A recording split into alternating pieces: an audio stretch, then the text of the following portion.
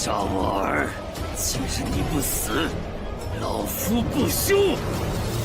急什么？黄泉路上有你陪着，想来他倒也不寂寞。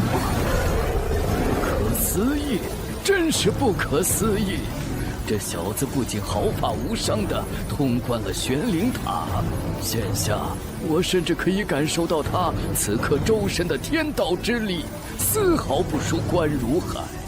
看来我们还是小看了他几分。阵亡弟子5位，随我速助师尊。是，岂有此理！祭天宗宗规严明，岂容人在此大开杀戒？等等，那是……且慢！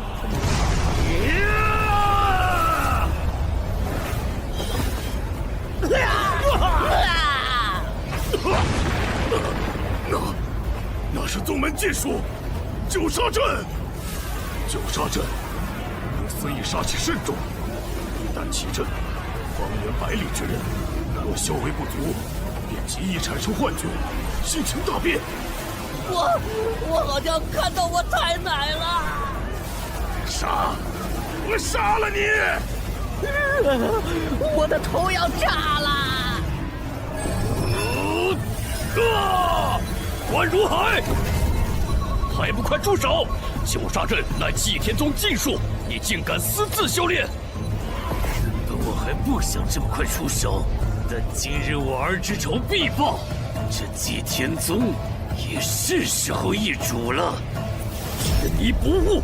乌鸦长老，欧阳长老，关如海，你这般放肆，简直罪无可恕！关如海，速速束手就擒！胜者为王，败者为后。你们就一起给古玄尘陪葬去吧。古玄尘，无论你躲到哪里，绝地3000尺，我都不会放过你。爷爷，不好！今日祭天宗便渡不过这一劫数了吧？宗主，这古诀的路数，与关山月、楚青海、韩寿相较，有过之而无不及。祭天宗内藏污纳垢的源头，果然就是你。这武道龙形剑光，为何与之前交手之时，还有方才那一击都截然不同？力量分明是强了数倍。难道你刚刚是在刻意隐藏？这才是你真正的实力。哼，猜得不错，不过你觉悟的也太晚了吧？怎么回事？像是有股无法抗拒的无形力量压制了我，突然一动也动不了了。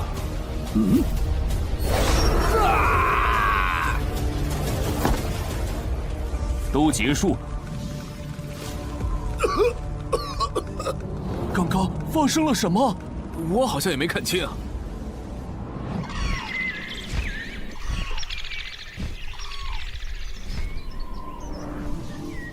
师尊，不必。宗门大比发生的事情，想必大家都清楚。王长老伤得不轻，就让他在行风好好疗伤。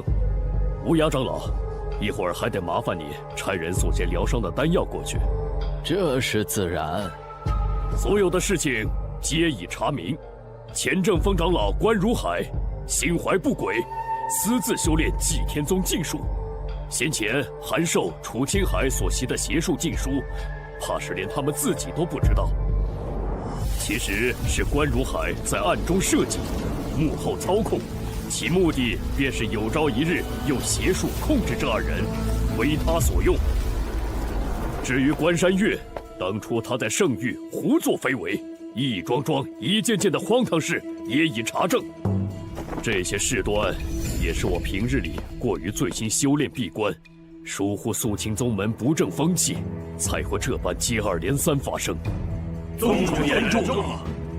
众长老不必劝解，身为宗主，我自是责无旁贷，理应自省的。另外，今日祭天宗这一劫得以避过，还得感谢一人。另外，今日祭天宗这一劫得以避过，还得感谢一人。吴公子，当初关山月为获圣域，是祭天宗之过。我姬长风以茶代酒，多谢你不计前嫌，及时出手相助。宗主，你何须向一个晚辈行如此大礼？是啊，宗主。另外，我知古公子你并不屑于祭天宗的长老之位，但宗门之内亦还有各类奥秘典籍，所以你可否愿意留在祭天宗？若你愿意，长老之位自不必说，宗门内的公诀典籍你亦可翻阅修习。宗主竟然要许这个后辈祭天宗长老之位！哈，长老之位算什么？你没听到吗？他若答应，便可修习任何公诀典籍。宗主这意思，怕是连天劫公诀都愿意奉上。他会愿意留下来吗？古公子如何？道谢就不必了，这茶本座接下。古公子你这是答应了？太好了！本座何时答应要做你祭天宗的长老？可是方才，本座出手教训关如海，不过是因为他该死。你这茶尚可，既无他事，本座便先走了。哼，这小子好大的威风！嘘，你小声点儿。原来他如此不愿意留下来吗？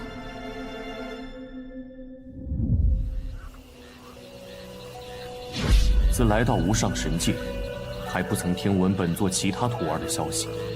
说来，也不知小世界中的大家如何了。为何突然震动？莫非这小世界是感知到本座修为的进一步提升，开始苏醒了？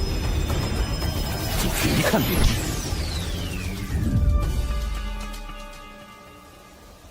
先前本座进入这里，尚才初战也。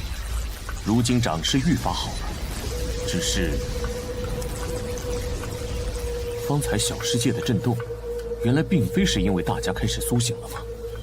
看来是本座想错了。古公子，这是天元，是你在说话？是我。不久前，我发现自己又凝结出了意识，并感觉到似乎有一股温暖的天道之力在修复原本已经受损的元神。方才我便试着感应这股天道之力的来源，原来是古公子你。天元，你醒了，那其他人？自我醒来，便尚未看到他人。听古公子之意，大家也在此处。古公子，这究竟是怎么一回事？我记得当初我们明明都已经葬身于圣域。是小萌。小萌？当初幸得大家散去一身修为相助，本座才得以突破圣王境，击退那关山月。原以为本座再也见不到你们了，在即将承受天雷劫飞升无上神界之际，小萌却突然出现。他告诉本座，他已集齐你们的元神碎片，用自己的生命将其化为生命的种子。而本座只要不断提升修为，以天道之力灌溉这些种子，总有一天，我们便能重聚。天元，如今本座已在无上神界提升至化神境，杀了关山月，而你们此刻，便是在本座开辟的小世界内。原来如此，难怪当初元神溃散之际，我隐隐约约听到了小萌的声音。想不到小萌竟也做出了如此大的牺牲。只是本座有一事不解，为何小世界中只有你苏醒？天元，你可知晓？方才古公子说完，我便细细感应了下，在我的四周，确实隐隐有大家的气息正在逐渐聚拢。想来无需太久，大家便都能回来了。如此甚好，那你们何时可修成人形？这怕是难了，除非能有天元阁的一件宝物。是何宝物？我虽来自无上神界天元阁，但早早便被雷霆老君抓住囚在圣域，对天元阁也知之甚少。不过是偶然听说其有一把有重塑散魂肉身之效，其实是真是假也未可知。如今大家得以重聚，已是万幸，天元已经满足了，古公子勿要再涉险了。天元阁吗？顾玄尘，你这就离开祭天宗了，就不和莫无涯那个小老头，还有莫如雪那丫头辞个别？天下无不散的宴席，何必拖泥带水？顾玄尘，顾玄尘，等我！哦，是莫如雪啊，竟这般着急，看来你小子一时半会儿是走不了喽。何事如此慌张？是爷爷他被天元阁的人带走了。又是天元阁。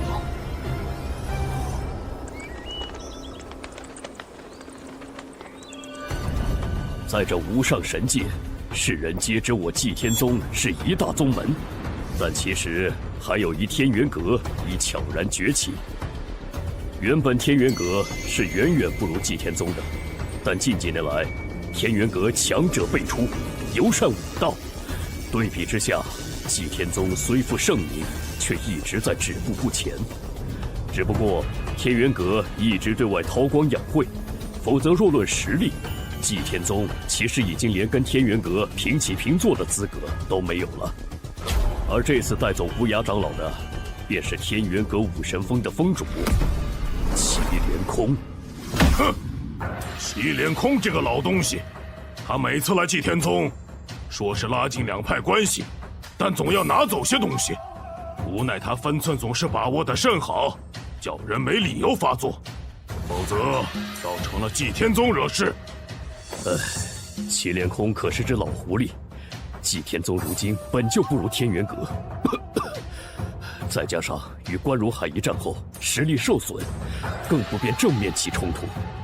这次他说要借走无涯长老去天元阁为他们炼丹，无涯长老也只得去，更何况天元阁还搬出了南域神会。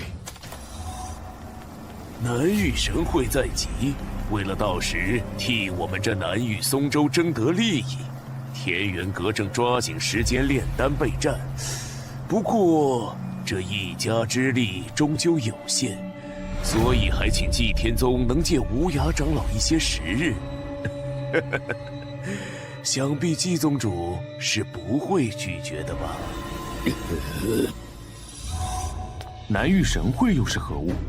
南域神会是南域最为重要的一场盛会。无上神界南域有13州，其中祭天宗、天元阁还有其余5派坐落于松州。整个南域每10年都会有一场主州之争，若是能成为第一，其州内所有势力便都将拥有未来10年南域地心的探索权。毕竟南域地心可隐藏着南域最好的武修资源，是南域各方势力以及各方强者争夺的核心。哼，那天元阁既实力强大，怎的连个出色的炼丹师都没有？怕不只是为了这所谓的南域神会吧？古公子猜得不错，其实他们带走无涯长老，还是因为古公子你。因为本座。当初古公子炼制出9龙神丹，龙族头影大现，惊动整个祭天宗的同时，也让多事之人传了出去，竟传承了无涯长老炼制出了神丹。想来他们是得知了此事，又得知了关如海叛门我与各位长老受伤一事，这才如今日这般肆无忌惮。哼，他们明面上是想要宗门互助，其实就是想趁机扣下无涯长老，为他们提供源源不断的神丹。细细想来，只怕无涯长老炼制不出神丹，天元阁的人却当他是蓄意藏私，做出什么也未可知。天元阁吗？那本座便去上一趟，亲自将无涯长老带回。啊！古公子，你说的可当真？顾玄尘，你真的愿意去把爷爷带回来？这其中也有本座的缘由，本座自然不会置之不理。本座本就要为天元、小梦他们闯一闯，还正愁着没有门路摸一摸他们的底细。既是他们主动找上门来，不如顺势而为。不过本座过去应需些时日，不知无涯长老能坚持多久？此事古公子无需担心，无涯长老毕竟也是丹峰的一峰之主，又对你之前龙祖投影的气息有所感悟，拖个半月1月，绰绰有余。此事牵扯诸多南域利益，未免事态愈发复杂，还望古公子不要过早暴露身份，可以无涯长老的后人身份前去。好。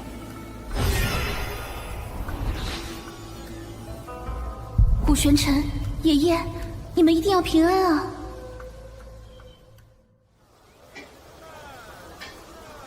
无涯小老头来自于这洛阳城，姬长风既然让你以他后人身份混入天元阁，就得对洛阳城有所了解。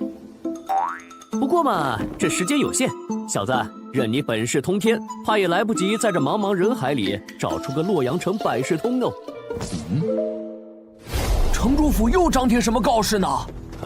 哎呦，别急我，让让。这上面写的什么呀？为了恭贺城主寿诞，现特招一人整理城史，编撰史书呢。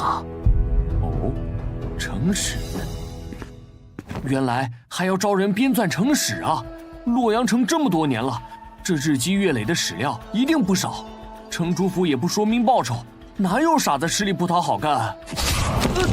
这事儿啊，搞什么？居然真的有傻子！你懂什么呀？看来啊，又是一个想找机会去城主府当女婿的。行了，进大堂等着吧。里头还有9人和你一起，一会儿自然有人来吩咐你们要做什么。那是古公子，你怎么会在这里？桑天龙。古公子，我们先借一步说话。小姐到，是许小姐来了，快看快看！人都到齐了。参见许大小姐。这就是城主府的大小姐。小姐，一共10位，人都齐了。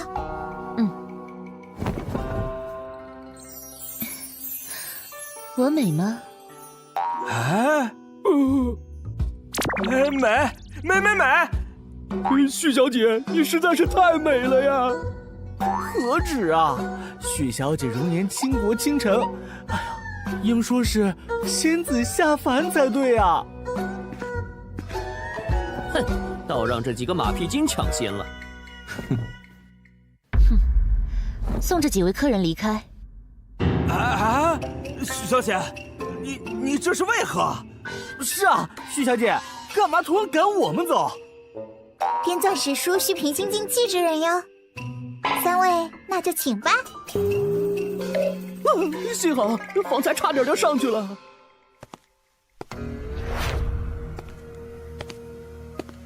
古公子，实不相瞒，我此次正是出门游历，途经洛阳城，听闻洛阳城城主府正招人编纂史书，而这城主府小姐美貌闻名，便来碰碰运气。不过，嘿嘿，要是古公子也看上了这许小姐，我自然不会跟古公子抢。本座对她没兴趣。哎，这是真的？那你……几位公子特意来做客，城主府也没有什么好招待的，飞燕便为大家抚一曲吧。4星琵琶，4星琵琶，这不是许小姐的宝贝法器吗？听说这4星琵琶的音波阵法会使人在不知不觉之中陷入其中，无法自拔呀！这弹曲为何要用法器？看来这一曲不是那么好欣赏了。献丑了。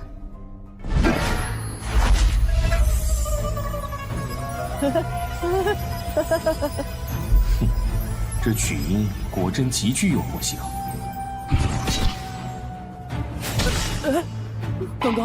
刚刚我不是回到清齐国做大官了吗？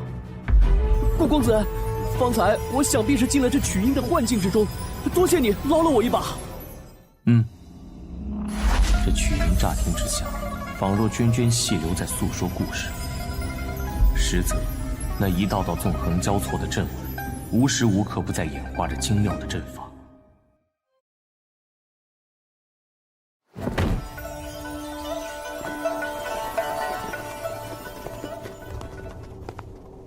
小姐，差不多了。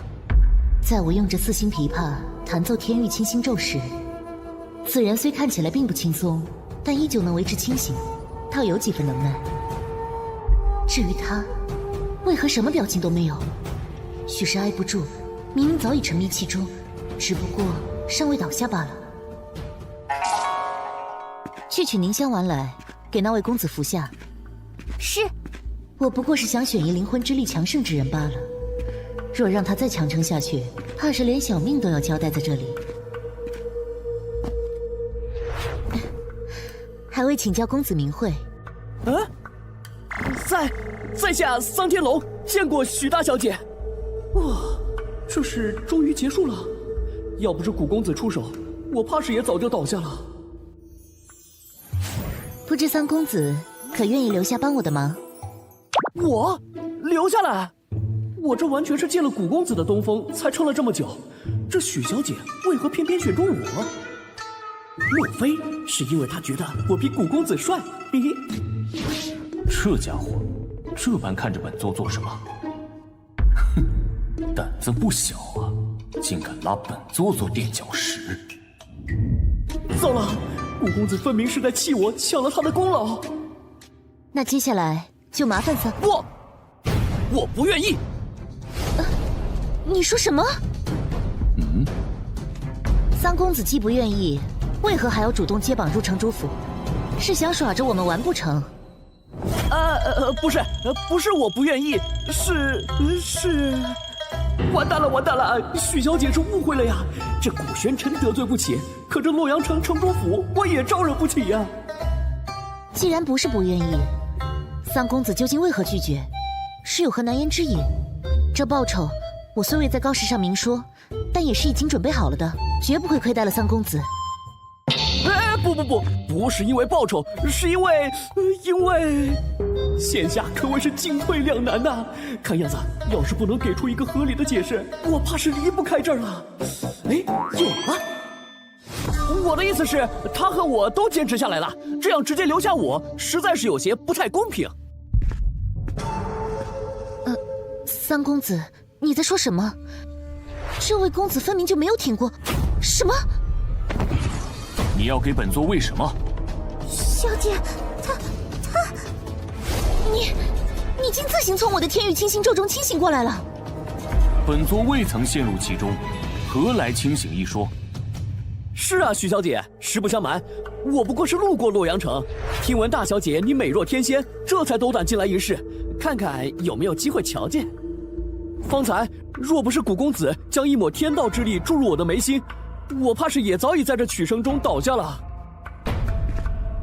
你说是因他之故，你才能坚持到现在？可他方才分明面无表情，纹丝不动，俨然一副困于我曲中的模样啊！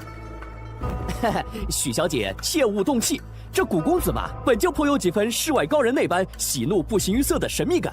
若真如你所说，他早已元气大伤，又怎能像现在这般英武不凡地坐在这里？这桑天龙拍马屁的功夫可精进不少啊！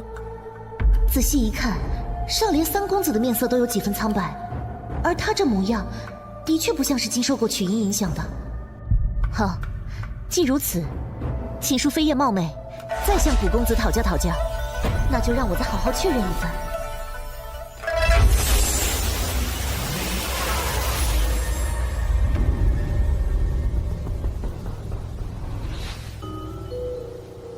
许飞燕营造的新幻境，竟是一片竹林。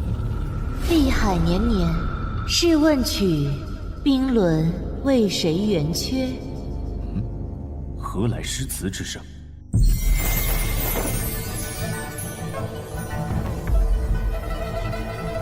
倒是比方才那一曲多了几分意趣。弹奏速度突然加快了，在急促的曲音之中，本座感受到有一股凌厉的天道之力正在形成。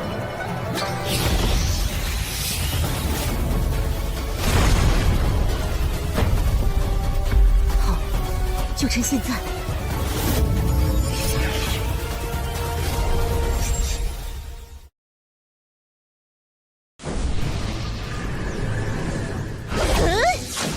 这位公子，看来你是要输了。是吗？许大小姐，是不是太自信了些？什么？他竟然还没被我这曲音迷惑！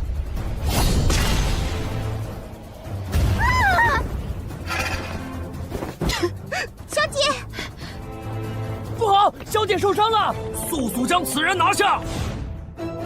这便是你们城主府的待客之道。都住手！多事！本小姐何时要你们出手了？还不快些扶起那位晕倒的公子，扶持他服用凝香丸。是。古公子的实力我已经领教了，方才是我们城主府冒犯了，但我有一事相求。许小姐可是想说，此次城主府招人并非为了编纂史书，此事隐秘，你怕泄露，这才找了这么一个幌子。你这就看出来了？此事想来还和你方才那法器琵琶有关吧？无论是你最初那曲天域清心咒，还是后面那曲琵琶仙，皆技巧有余，而力量不足，所以一旦遇到对手，极易被反噬。你竟然都看出来了，真是不可思议。既如此，你一定能帮到我。没错，5日之后会有特使来访。我弹着琵琶曲，虽无10成10的把握，却也颇有信心。只是还想更好，所以希望能有一人帮我完善阵盘。阵盘可演化阵诀，一旦炼制成功，使用时便可加强阵法效力，扩大阵法的影响范围。其实我炼制这阵盘已经数月，如今已是最后关头，我的灵魂之力却不够支撑我坚持到最后。古公子，若你真能助我一臂之力，无论你有什么条件，只要城主府力所能及，必不会推辞。小姐，本座没兴趣。喂，本小姐看你方才说的那些都是猜的吧？所以你才不敢答应本小姐。激将法对本座无用，许小姐请随意。古奸臣，你不是需要搜集这洛阳城的城史吗？反正他这忙对你来说应该也不难。还需等他5日，麻烦。哎呀，小姐，古公子就快要走了，你就别嘴硬了。有什么了不起的？哼，我就不信，靠自己还进不了天元阁了。天元阁？莫非5日后你要见的是天元阁的使者？对啊，不然呢？怎么了？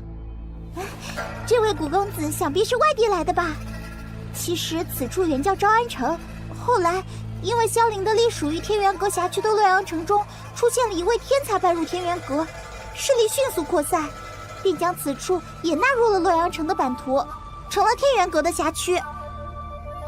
没错，这洛阳城中谁人不知谁人不晓天元阁，许多青年才俊也以能进入天元阁为荣。我虽是女儿家，但也不甘落于人后。等等，你问这个做什么？不是急着要完善阵盘，本座改主意了，便帮你这个忙。当真？小姐太好了！到了，这里是我们许家的炼器石室，那便是我尚未炼制完成的阵盘器胚。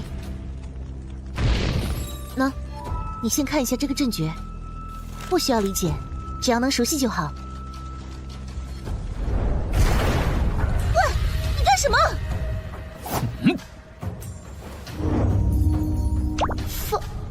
方才也不过一瞬，你竟已经记住了我的阵诀。这行云流水的模样，仿佛这阵诀他早已写过千百遍一般。果然，炼制器胚与炼丹颇为相似，都是将各种材料融合在一起，便能初步成型。且这些蕴含着力量的材料，在融合之时，或许会有一些偏差的，但只要这个偏差不是太大，便不会一直相斥。他这寥寥几笔，看似漫不经心，却可敌我数日之力。在这五上神界，阵法师的等级按照从低到高排，分为1至5星，5星即为顶级阵法师。你是阵法师？若不是阵法师，他根本不可能画得这么纯熟。且即使是阵法师，初次拿到这个阵图，便这么快就有感悟，他究竟是什么级别的阵法师？并非，阵法师，本座方才不过是突有感悟，随手一试罢了。啊？可是他为什么不承认？罢了，这般深藏不露又神神秘秘的怪人，若不愿意说，我还是不要追问了。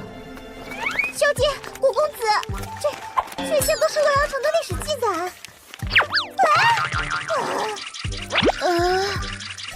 你愿意帮我，唯一的条件就只是需要这些典籍。若你还有其他要求，不必客气，大可以提出来。足矣。那好吧，既如此，我也不打扰你了，你便专心在此炼制阵盘吧。小翠，我们走。还真是个怪人呢。依照着许飞燕原本的阵诀继续下去，即便是助他完善，依旧是有所不足。喂，你想干什么？只有短短5日，就算你是顶级5星阵法师，也做不了太多。本座既然出手，自然是要做到最佳。恭喜恭喜啊！贺喜许城主300岁寿辰。天龙兄，听说你今日寿辰会有天元使者来，真是羡煞旁人呐！傲天兄客气了，不过是许家曾有先祖进入过天元阁，蒙因于那一系弟子的照顾罢了。天元使者到！天元使者果真来了，快看快看，连天元阁的使者都来贺寿，咱们城主真是好大的面子。哎呀，天元使者远道而来，有失远迎。哼，许城主客气了，我们可是特意来为你祝寿的，你再这么客气，我们可就走了。是啊，毕竟许城主与我们天元阁的关系，谁不知晓？是，来，2位使者这边请。快，去请小姐来。小姐，方才奴婢去问，守门的守卫说，大殿里头还是没有动静，古公子莫不是失败了？不会吧？当时他演绎阵诀是那么厉害，而且我可以感受到从暗室里隐隐溢出的天道之力十分稳定，我相信他。大小姐，天元特使到了，老爷让我来请你去前堂。这么快就来了？小翠，你先跟着过去，拖会儿时间，就说我稍后就到，我这就去找古公子。好，奴婢知道了。开门，我要进去。是。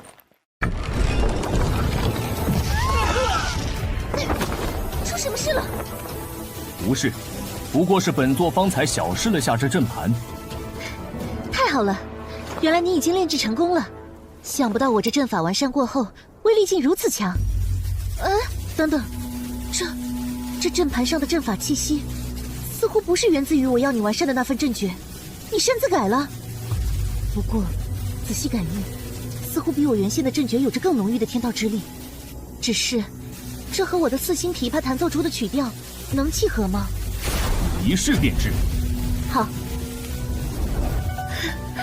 果真不俗。你说什么？小姐说她稍后再来，简直是胡闹！这丫头真是越来越不像话了。老夫这就亲自去看看，她到底在忙些什么。老爷，怎么响起了琵琶之音？这是飞燕弹的。早就听说许小姐精于琵琶，此曲只应天上有，人间难得几回闻呐。许城主，寿宴开启之前，许大小姐先以琴声传道，实在令人佩服佩服。正是，唯有昆山玉碎，芙蓉泣露，堪比可拟。许城主大恩，我等感激。许小姐的琴技高超，曲中所含韵律可谓是精妙绝伦呐。特使谬赞，小女琴艺不精，见笑了。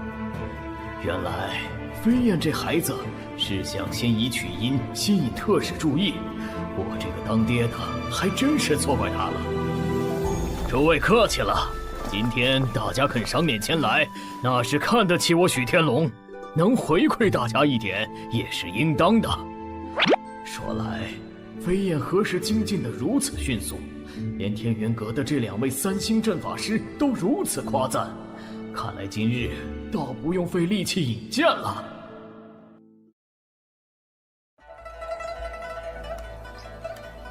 哎呀，这曲音怎能变得这般激昂？老夫似乎有点受不住了。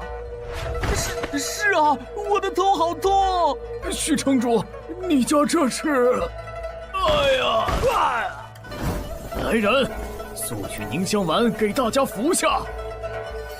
这曲音之中的天道之力太强，境界高的人尚且还能运转公爵扛住，境界若是不够，又未服用凝香丸，根本承受不住啊！飞燕究竟是想干什么？再这样下去，是要团灭所有客人呐！特使，这阵诀与我的4星琵琶竟这般相似，仿佛就是为了契合它发出的每一个音律而生的。精彩，实在是太精彩了！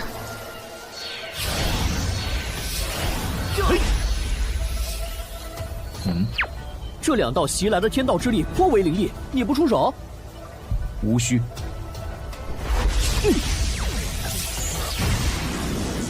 哎呀！住手！飞燕，你还不快住手！啊，爹！啊，2位特使可有受伤？小女实在是太胡闹了，我定会狠狠教训她。天元阁特使怎么来后院了？而且还是这般狼狈的模样。糟了，莫非……飞燕见过2位特使，刚才因为一时有所感悟，未能控制琴音，冒犯了特使，请特使见谅。无故袭击天元阁特使，若是传扬出去，怕是爹爹这城主之位都得丢了。许大小姐天赋非凡，修炼感悟，这是人人都有的情况，何罪之有？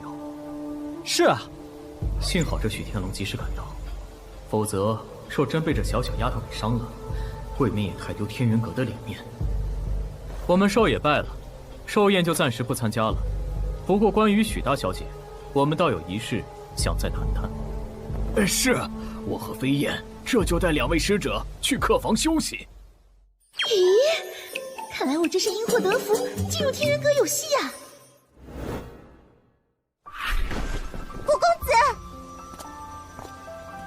古公子今日辛苦了，小姐吩咐不可亏待了您，请古公子入大堂与诸位宾客同乐吧。诸位，方才是大小姐有所感悟，影响到大家了。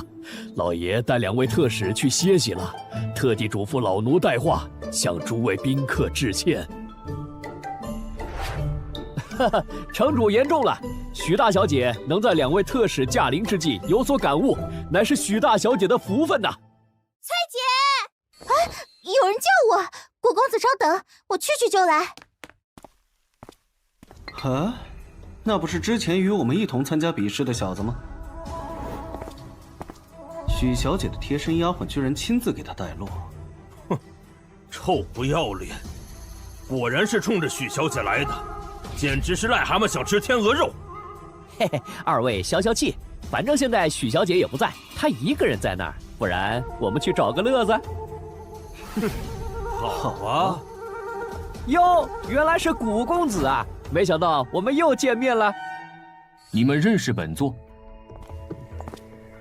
嘿，你记不得我们几个也就算了，难道连罗文和罗武2位公子你也不认识了吗？就是。哎，那不是罗府2个公子哥吗？听说前几日，这2兄弟同来应聘徐府的城史编纂之职，却输给了一个小白脸，应该就是他吧？如此看来，这俊俏公子是要倒霉喽。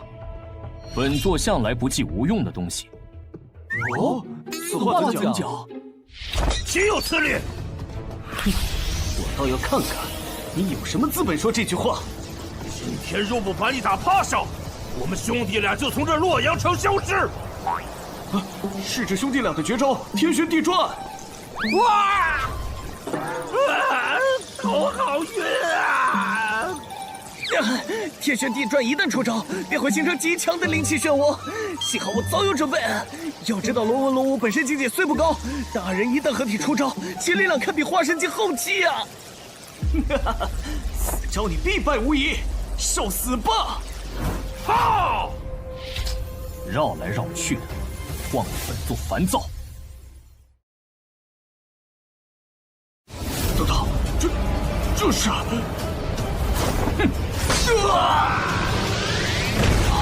狼形剑光，且看这公子早驾驭的游刃有余，难怪一招便秒了罗家兄弟二人的绝招，他绝非池中之物啊！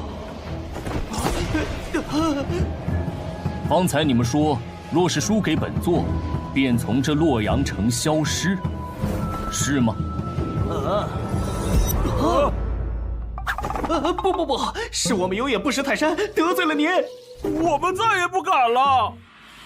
晚了。何人竟敢在老夫的城主府放肆？你是谁？为何出现在这里？将老夫的寿宴搞得一片狼藉，还惊扰了二位特使。是古公子，爹还不知道他帮我制作阵盘的事情。不过是教训了2只苍蝇。你，爹，不可！这古公子是女儿请来编纂成使的。哼，那又如何？简直胡闹！不好，这家伙惹出这么大的麻烦，让爹在天元特使面前丢脸，爹这是气坏了。且慢，你不是洛阳城的人吧？本座本是游历各地增长见闻，途经此处，听闻许小姐要整理一份史书，便顺便来应聘这份差事。唉，幸好他没把帮我炼制阵盘的事情抖露出来。我说你小子方才怎能把阵仗搞那么大？原来是想借那2蠢货引起天元特使的注意。如此一来，便也无需假扮洛阳城人，也可想办法混入那天元阁了。哼，只怕不完全是这样吧。完了，难不成是露馅了？如果我没猜错的话，只怕是你倾慕许大小姐，借着史书之名接近吧。本座，特使，你说什么呢？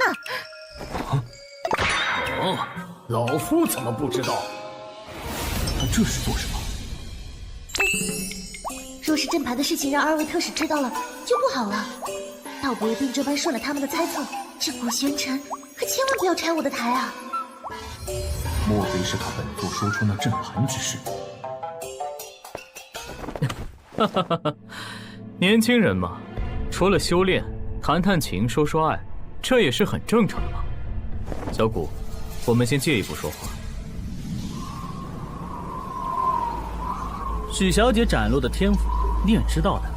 且许家与我天元阁颇有渊源，方才我俩也商议，打算带许小姐前往天元阁。没错，虽然你也符合天元阁招收弟子的标准，但天元阁每5年才向世俗招收1次弟子，许小姐已是特例。至于你嘛，就是可惜了，你这般已练成几招天阶公诀的人才。哼，你们怕是要过4年才能相见了。说来，小谷，你方才使的那招应该是天阶公诀吧？是啊。这2人这般一唱一和，故作姿态，原来是想威胁本座。既如此，本座不如顺手推舟一把。你们说这个？这是……当初本座四处游历，恰巧得到了一部天阶公诀，悟得了那么1星半点。若2位能想办法通融，便再好不过。只是不知有没有这个机会。哼，这是说哪里的话？既然你有这个诚意，我们也不好推拒了，是吧？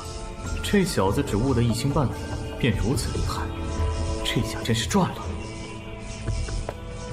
是啊，小谷，你为了能跟着许大小姐相伴进入我天元阁，当真是有情有义。如此，便辛苦2位了。这般高山，果然是天阶公诀。算这古玄尘识相，本想着若是他不肯交，你我二人倒是要费些手段了。哼，只可惜是个蠢的，这么轻松就被你我骗得天阶公爵了。哈哈哈哈！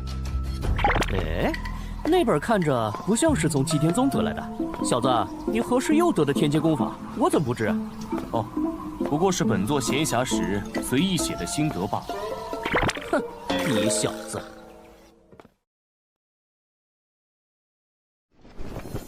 古玄尘，你睡了吗？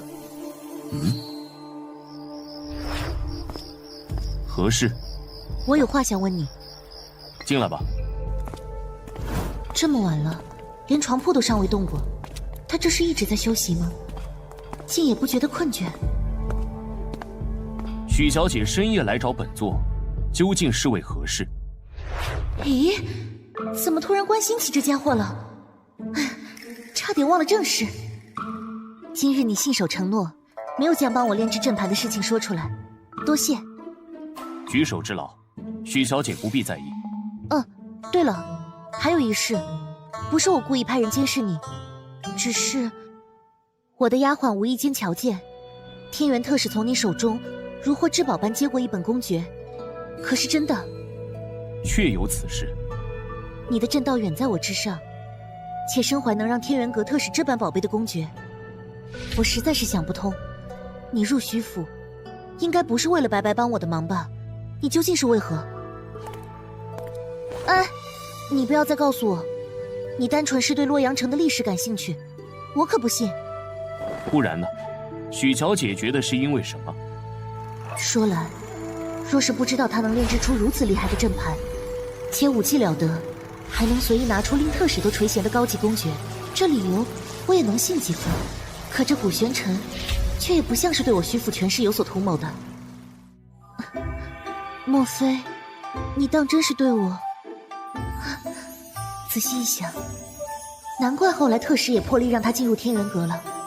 看来，他献公爵是为了能和我一起去。对你什么？难不成他看出本座是在利用他，醉翁之意在于天元阁了？你，没什么，我困了，你也早些歇歇吧。奇怪，就算是看出来了，他反应这么大又是为何？两位特使，我先去和父亲道个别。去好好道别吧。以许小姐的天赋，注定是要进阵风，将来你们1个月能见上1次就不错了。不知天元阁有哪几峰？天元阁内峰中，除了主峰，还有武峰、正峰、丹峰，而余下的则统称为综合峰。掌管主峰的自然是阁主。主峰之下的几大峰，每一大峰都有一位峰主统管。正如大峰之下有许多个小峰，峰主之下是各峰长老，不同小峰由不同长老各自管理。其中，长老中修为相对突出的，一般又称为核心长老。总之，每一大峰只有一位峰主，但可以有很多位长老和核心长老。具体的，等许小姐来了，我们路上再细说。等到了天元阁，我们会引荐许小姐入阵风。至于你，去武峰最合适不过了。这小子将来若是在天元阁混好了，我们可有引路之功。没错，不仅能向宗门讨到不少好处，更重要的是，与他的这份交情。武峰。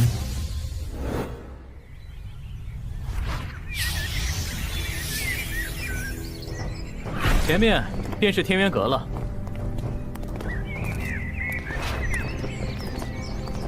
来了。参见周长老。怎么回事？这才刚到天元阁，还没来得及将他们引荐给几位长老，周长老怎么就已经等在此处了？你是洛阳城城主许天龙的女儿许飞燕吧？就是你将琵琶曲音和法阵相结合的？是的，这位周长老竟知道我。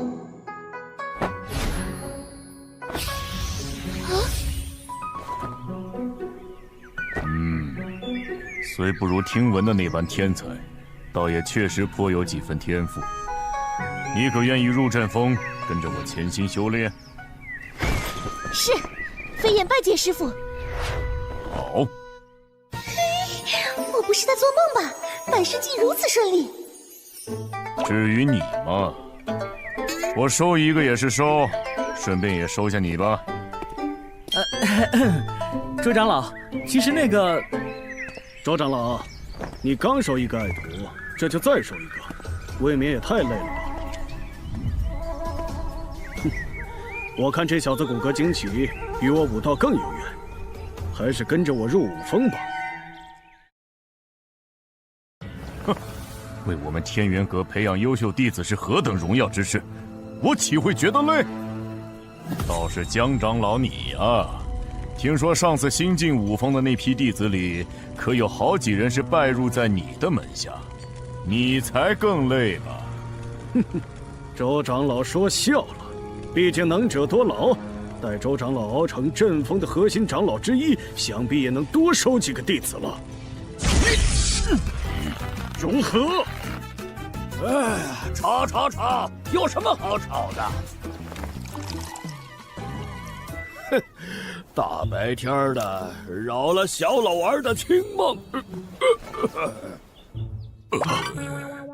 哦，秦长老，你怎的又喝成这副模样？再这般下去，你们丹峰怕是连你的位置都没有了。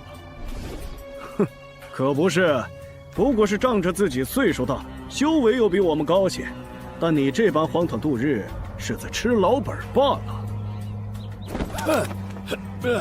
规矩，规矩能值几个酒钱？说来，你们两个不就是觊觎这小子身上的天阶公诀吗？糟糕！啊，他们怎么都知道古玄尘身上有天阶公诀？胡说什么？喂，小子，这俩家伙是因为知道你的公诀踏印在密轴之中，心怀不轨。哦，此话怎讲？毛头小子，连这都不知道。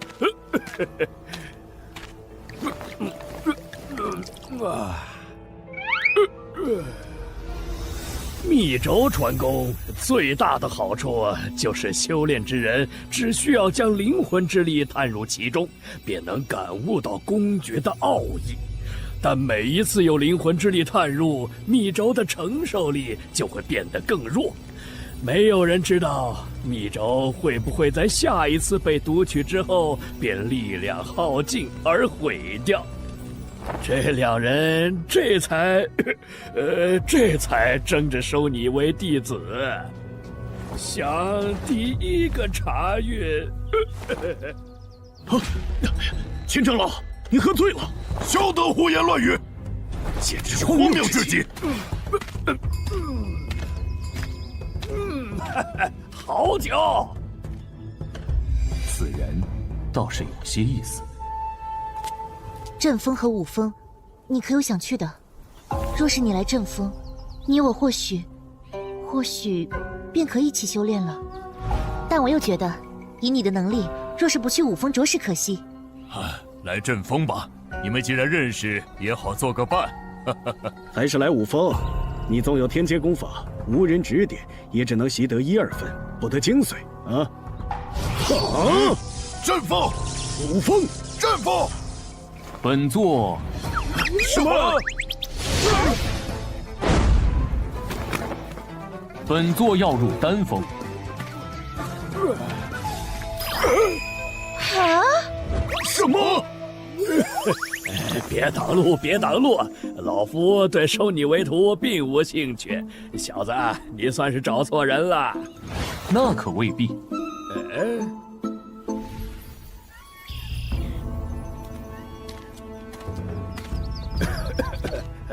到了。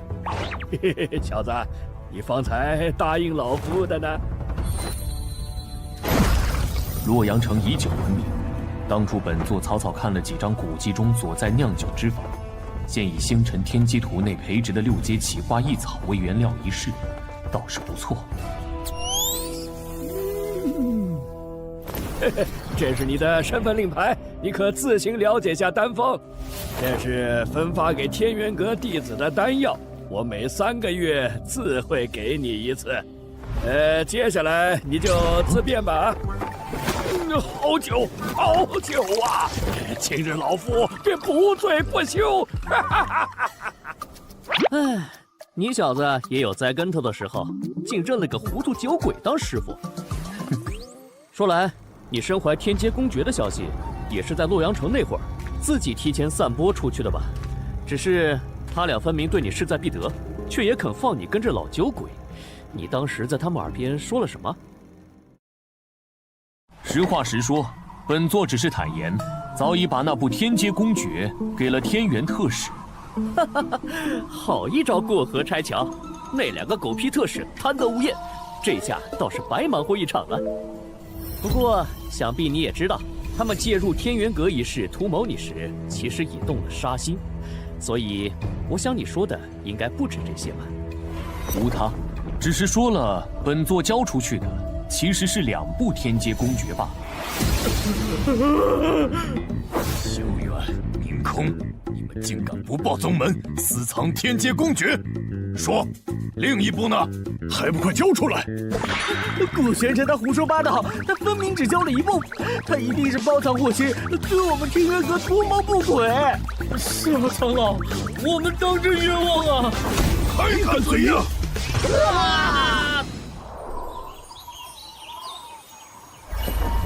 看来，此处便是所属丹峰的云淼峰了。天元阁既然想要无涯长老炼制9龙神丹，他自然是在丹峰。不过，这云淼峰的位置，未免也过于偏僻。无涯长老，倒更像是会在丹神峰。说来奇怪，往日丹峰各峰长老每隔一段时间，都要去趟丹神峰切磋炼丹之法。虽说咱们秦长老几乎回回都装醉不去，但几位长老也是回回来云淼峰找的，怎么最近一点消息都没有？你不知道？齐长老前些日子似乎是从天元阁外请了位炼丹师回来，峰主线下可忙得很啊。既有此事，想来此人定是十分重要了，真令人好奇啊。你若是想知道，过了云兽岭去丹神峰打听打听不就行了？快别说了，云兽岭本是我们丹峰种植灵草、养灵兽之地，但听说最近有几个入了云兽岭采草药的还未曾出来。啊，此事当真？这也太邪门了吧！会不会是误传？这我就不清楚了。你小子猜的倒是不错，无涯长老果然是在丹神峰，不过那云兽岭听起来却颇为古怪。尚且还没有本座不敢去的地方。此处草木茂盛，天道之力充沛，虽不及无涯长老炼丹空间那里头，却也胜过他处许多。为何有一股血腥味？竟是一只通身银白色蹄毛的大老鼠，倒是罕见的很啊！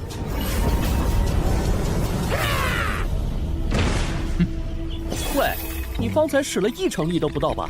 这个云兽岭的灵兽，未免也过于不堪一击了吧？方才的血腥味果然源于此。这灵兽腹部的剑伤还未愈合，应是受伤不久。如此说来，这附近还有其他人喽？不仅如此，他方才那般疯魔要杀本座，怕是把本座当成了伤他之人的同伙吧？你是什么人？你竟杀了我们的银月鼠！你们的银月鼠？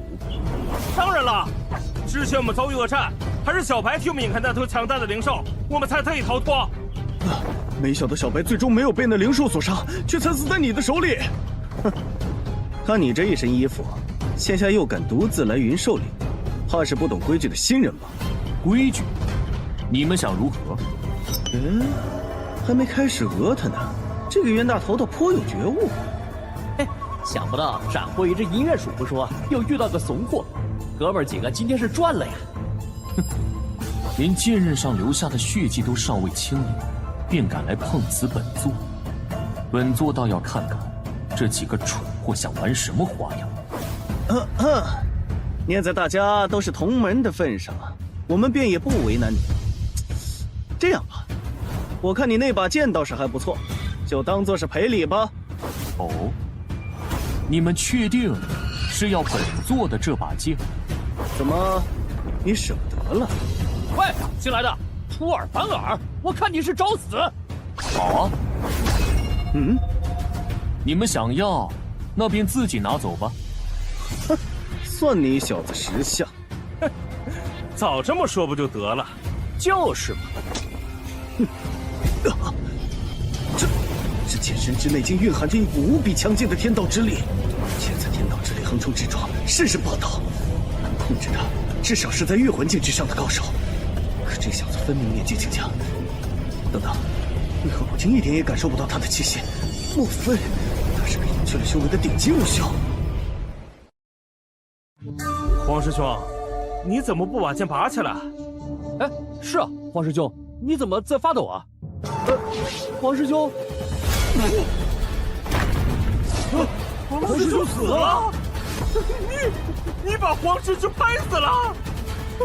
怎么会这样？我也不知道啊。本座的青龙剑在问，下一个你们谁来？这剑有古怪！救命啊！剑来！哼，自作孽不可活。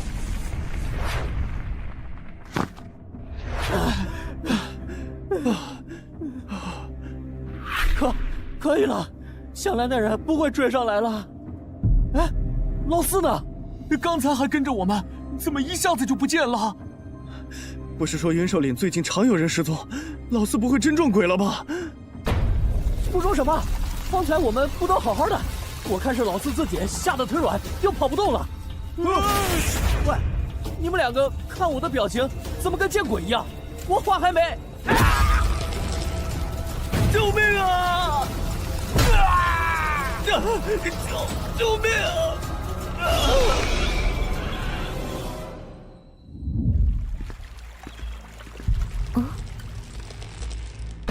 鬼鬼祟祟的东西，找死！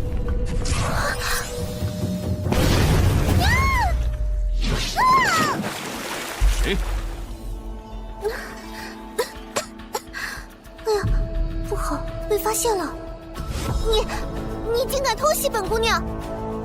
丹峰的内封弟子，方才怕是被你藤妖绞杀，你浑然不知吧？无耻之徒，你往哪里砍？本座对你并无兴趣。站住！谁让你走了？本姑娘看你是敬酒不吃吃罚酒。这是九幽岩边，其火称为九幽天火，乃是天地初开始冥界精华凝聚而成的天火。这种天火拥有着远胜人类本身道火的力量，分散在无上神界的各地。据说炼丹师若是能将这天火炼化，融入自身的道火，不仅可以令自己在这个过程中感悟到天火中的天道，更能使得自己以后的道火也拥有天火之力。这法器倒是尚可。好快的速度，竟连我的九幽岩边都没有碰到它分毫。你跟了我一路，本座都未和你计较，现在倒是倒打一耙了。分明是你杀害同门在先，云兽岭连日来失踪的弟子，怕是和你有关吧？你杀人后抛尸那一幕，本姑娘可是亲眼所见。只不过原想看看你还有没有同伙，却没想到先被你发现了。你可还有什么要辩驳的？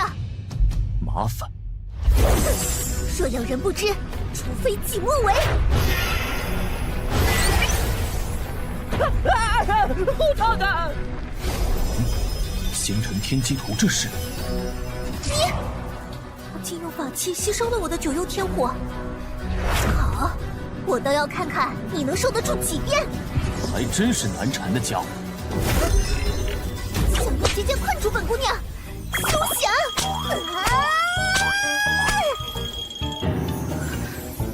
这姐姐竟闻思未堕。本姑娘技不如人，落入你的手中，你要杀便杀吧，反正等姚姐姐知道，定不会放过你的。什么情况？你所见之人，乃是他咎由自取。至于其他人的死，更是与本座无关，言尽于此。信与不信，自便。喂，你等！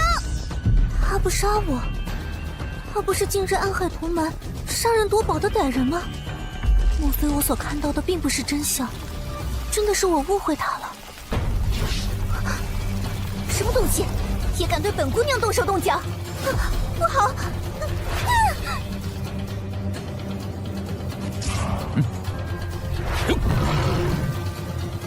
先前让你侥幸逃过一次，真是不知死活！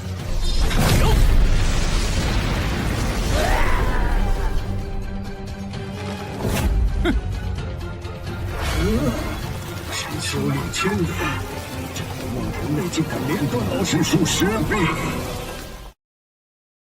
急什么？本座这就送你去团聚。慢着，一起看看谁在老身手中。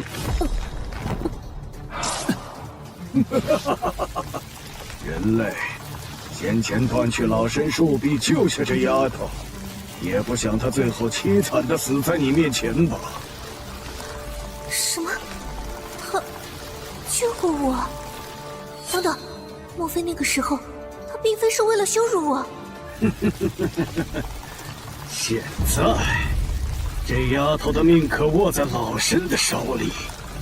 你若是想救她，就先自断一臂吧。你笑什么？本姑娘是笑你这个老东西蠢笨。方才本姑娘还要杀他，她为何要用牺牲一臂来救杀他之人？你这么蠢，真是白活了千年，可笑至极！闭嘴！喂，人类，你到底……等等，那小子呢？先前胆敢威胁本座的，皆已神魂俱灭。如今你既然也有这份胆气，本座这就成全了你。什么？这一仗下来，你是犹如千军万马迎面而来，老身竟生不出半分抵抗的心思。可恶，为何区区一个毛头小子会有这般恐怖的法相精神？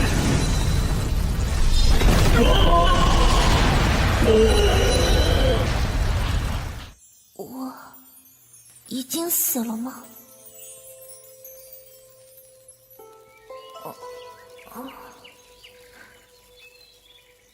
我没死，可我分明记得方才有一只硕大的手掌拍下来。什么东西，好刺眼啊！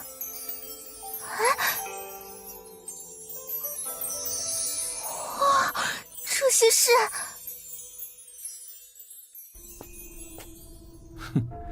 看来这棵千须藤树是依靠伪装禁锢人、吸收人的血肉来壮大自己。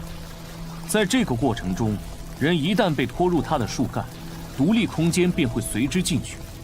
等人死后，在它不断消化的过程中，独立空间又会再度出现。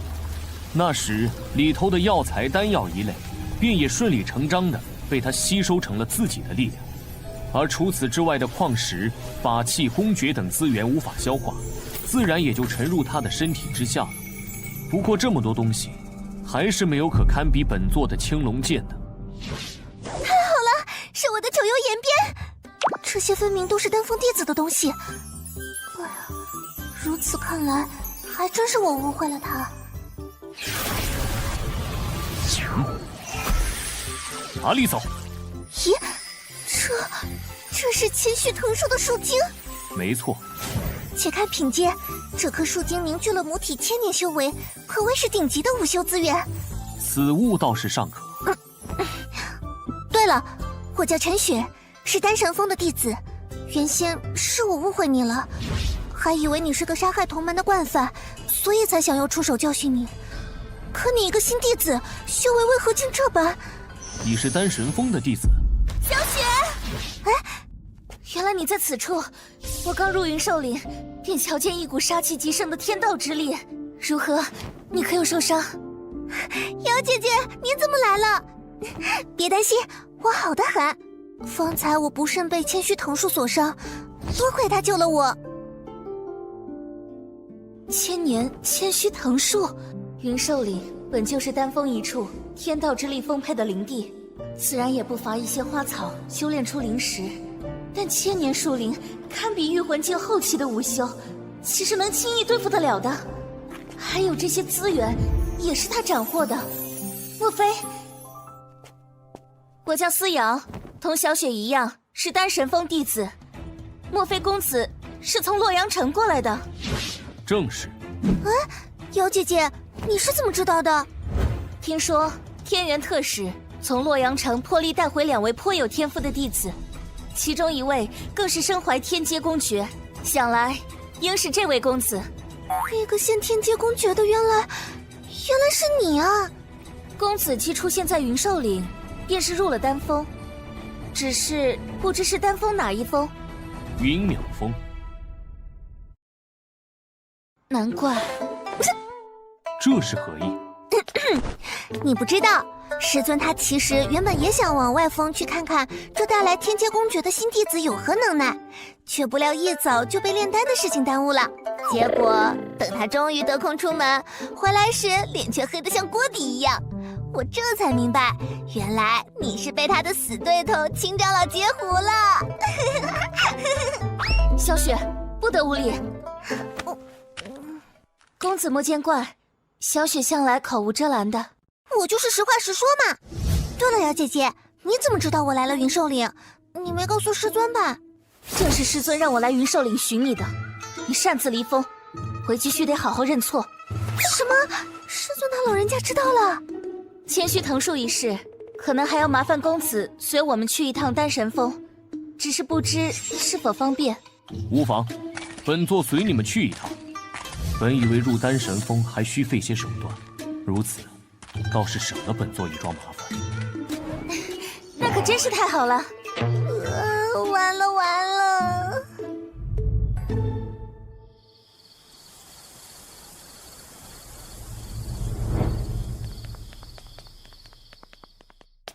古公子，你先在这里歇息片刻，稍后我再来请你前去见师尊。好。方才一路一边躁动不已，本座倒要看看是何缘故。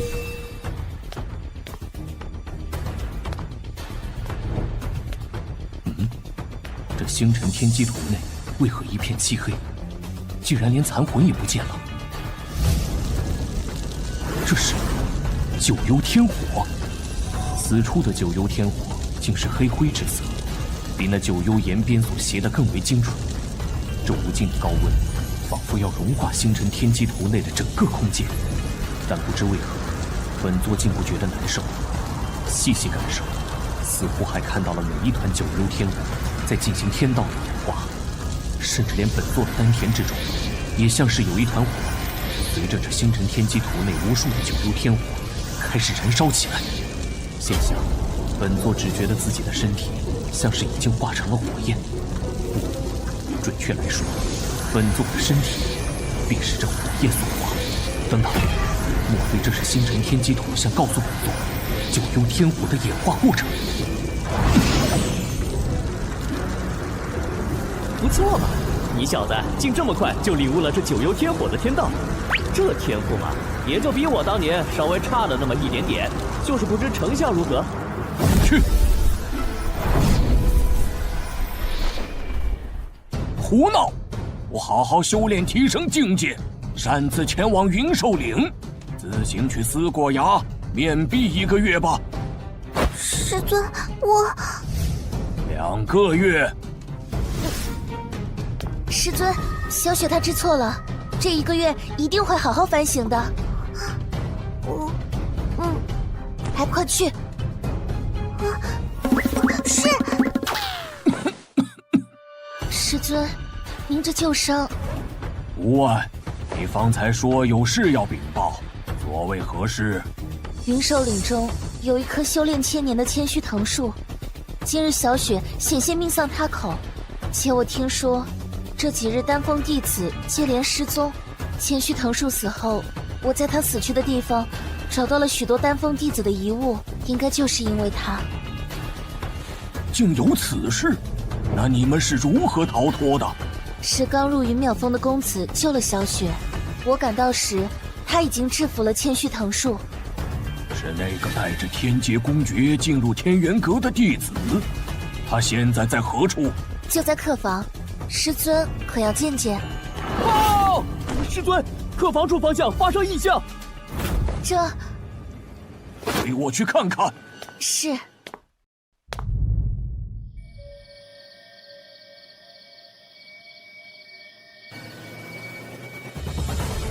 师尊，且慢！此刻古公子的房内还不知是什么情况，而且从这阵法的力量看起来，怕什么？我虽是炼丹师，但好歹也是御魂境后期，岂会叫一个毛头小子伤着？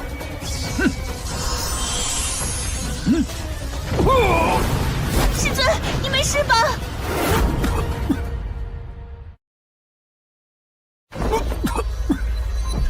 竟如此恐怖！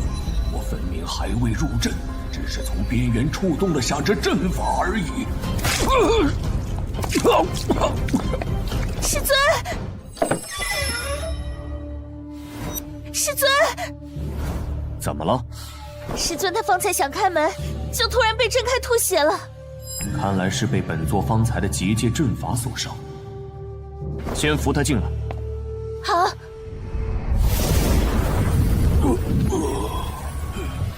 顾公子，师尊他如何？并无大碍。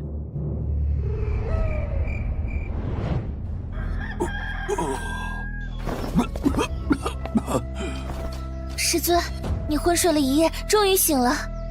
我竟昏睡了一夜吗？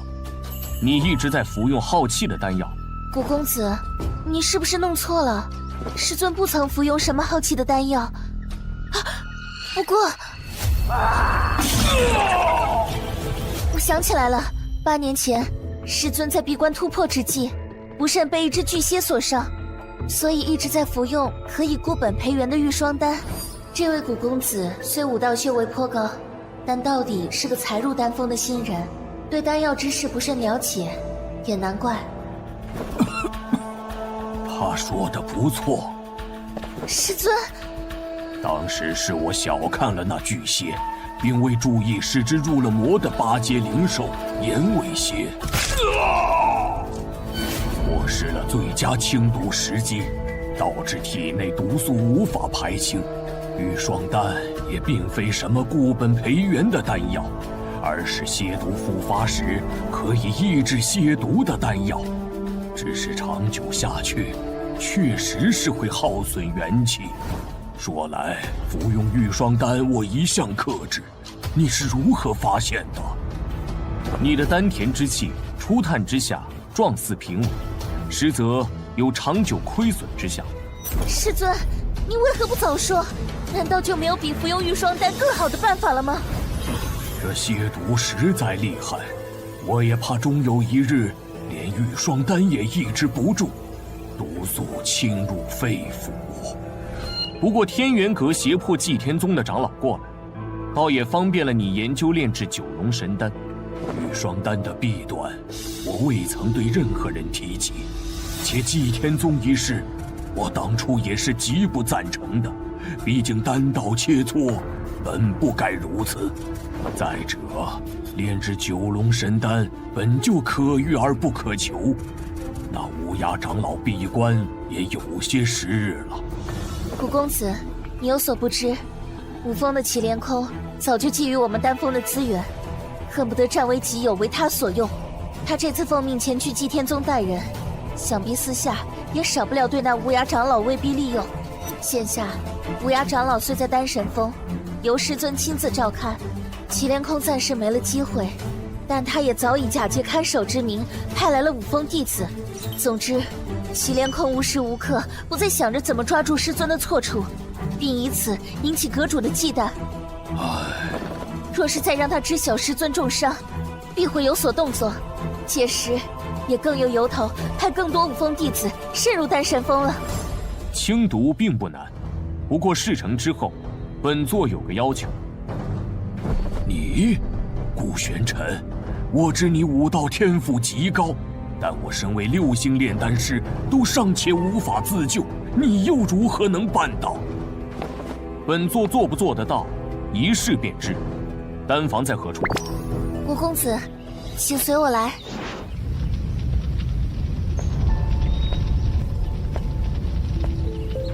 这古公子已经进去有一会儿了，当真能炼制出替师尊解毒的丹药吗？让他出来吧。师尊，虽说生死有命，玉霜丹也的确耗损了我一些元气，但只要多多调养，我相信这把老骨头还没那么容易垮掉。可是，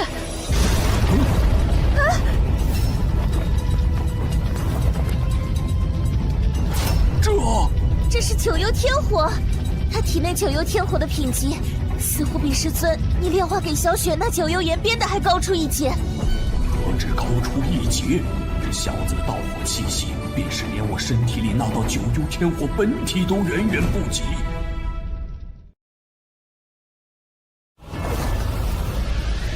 他这手法，这控制力，这御火术，哪怕是整个无上神界，都鲜有能胜于他的。师尊，你是说他至少已经是7星炼丹师了？7星炼丹师与6星炼丹师虽只差一级，但前者对丹道的领悟，怕已是后者望尘莫及的地步。他的未来，不敢想象啊！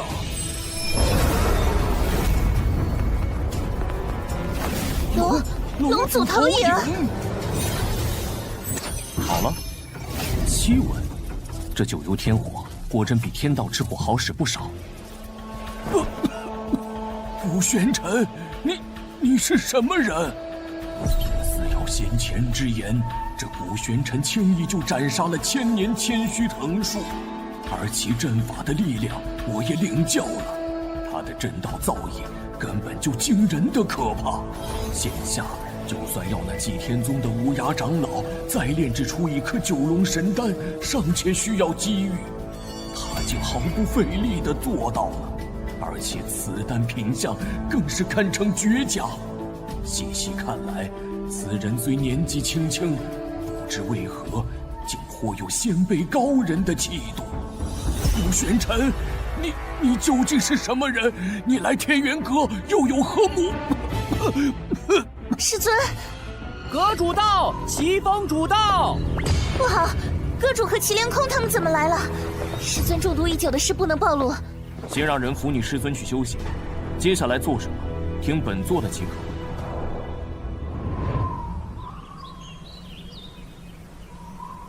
哈哈哈！方才我正在和齐峰主商讨南域神会一事，竟见丹神峰上空有龙祖投影出现。参见阁主，参见齐峰主。哎，不必如此拘礼。陈峰主呢？可是他的丹道有所突破了？回阁主，师尊他尚在歇息。至于方才那道龙祖投影，是因为我炼制出了一颗九龙神丹。哼，怎么？陈峰主这是仗着自己研制出了九龙神丹，不懂规矩了？阁主来了，他不出来迎接也就罢了，竟还让一个黄毛丫头来敷衍我们。思瑶，峰主呢？怎么只有你在丹房门口？莫非是你炼制出了九龙神丹？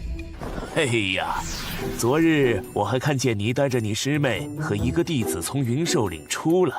后来听说是剿灭了云兽岭的一棵千年藤树。哎，思瑶，你的功力怎的长进的这般神速啊？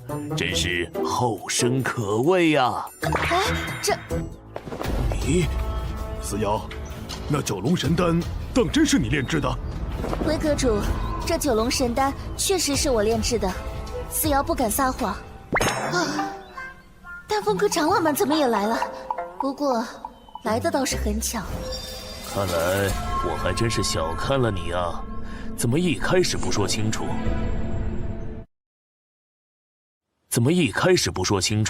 那九龙神丹在何处？承蒙齐峰主请来了能够炼制出九龙神丹的祭天宗炼丹师，师尊近日最新切磋，也有所心得。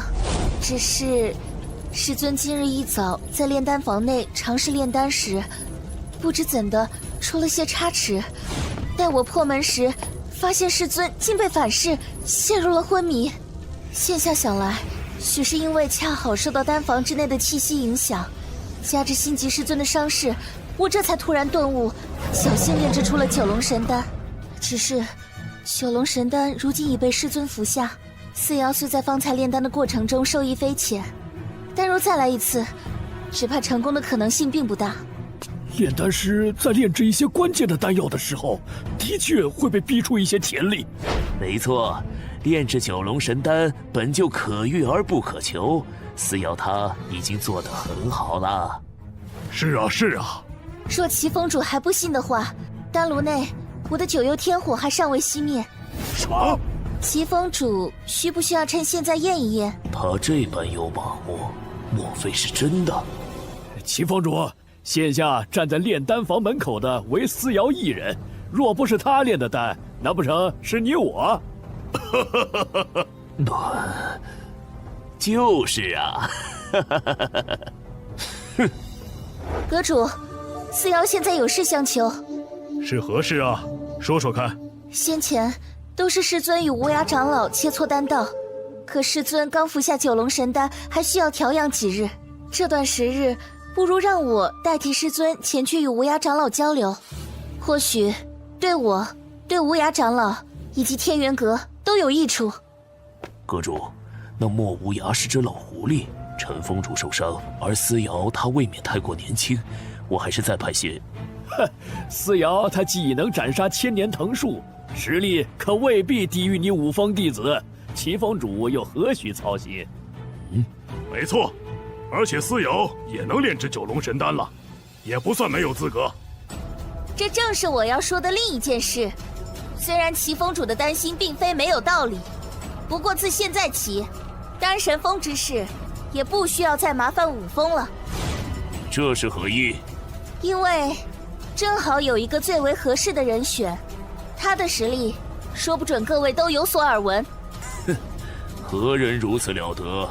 他便是几日前名扬洛阳城，且以天阶公爵进入天元阁，现下是丹峰弟子的古玄尘。你就是古玄尘？听说你选择入了丹峰中缥缈峰秦长老的门下。不错，原来就是这小子被秦老头抢了先。看着倒是气度不凡，颇有我年轻时的风范。这小子，要不是我昨日分身乏术，也不会派江无风那个没用的东西去招揽他。既然没能把他招入五峰，留着就是个祸患。阁主，听说五峰前些日子招揽不少新弟子，正是需要人手教导的时候。丹神峰既然已有古师弟在，也就不再劳其他峰兴师动众了。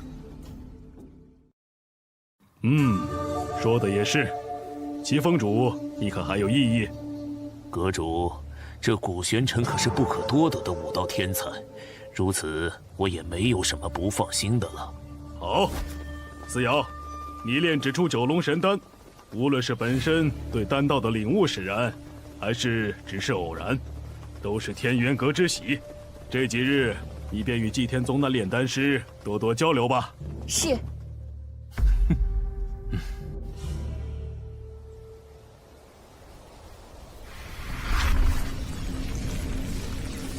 太好了！师尊服下九龙神丹以后，气息稳健，周身的天道之力也强盛不少。古公子，多谢你出手相助，替师尊解了些毒。我按照你的指点说了之后，祁连空不仅没能增派弟子来丹神峰，就连原本在丹神峰的那些弟子也都撤回去了。只是我也有些好奇，以古公子的能耐，根本无需入丹神峰。你和那祭天宗的无涯长老应是故交吧？罢了，古公子不便说，我也不追问了。我既答应古公子自请去与无涯长老交流心得，今夜此时，古公子若有什么想与他说的，通过此符纸传讯即可。哦，你既已怀疑本座的身份，就不怕本座别有目的，会对丹神峰不利？古公子在云兽岭中救下小雪在先，又解师尊之毒，驱退五峰势力在后。若你当真要对丹神峰不利，大可投诚祁连空，无需如此。那如此，便依你所言。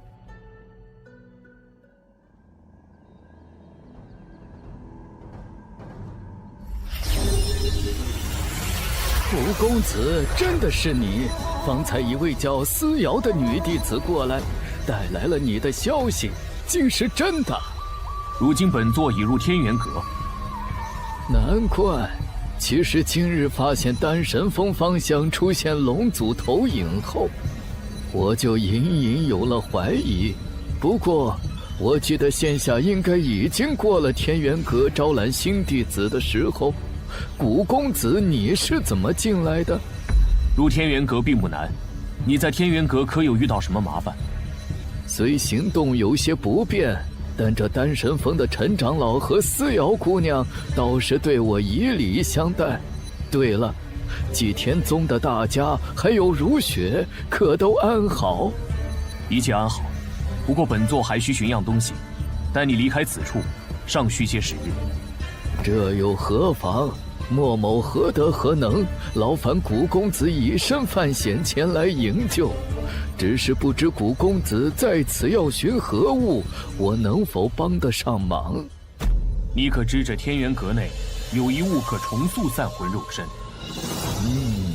你说的莫非是九冥真水？那是何物？我虽久居祭天宗，但有关天元阁的，倒也曾听说过一些。天元阁开山先祖尚在无上神界的时候，曾游历四方，偶得一妙法。他以此法所言，以无本之木及天地间无根之水，再以无源之火，在丹炉中整整炼了9天9夜。若人已身死而元神未散，便可以此物重塑其肉身，因此称之为九冥真水。据说后来这天元阁的先祖亲自设下了结界，结界内每一座山头都藏有公爵或是珍宝，并设下了相应的守山神兵看守。此挑战于每月15开启一次，挑战者若能在守山神兵的手中挨过1个时辰，就能得到相应的公爵和珍宝。因此很多天元阁弟子以此为历练，而那九冥真水就在其中。说来，距下一次挑战开启也就半月了。哦，是在何处？天元阁三神峰。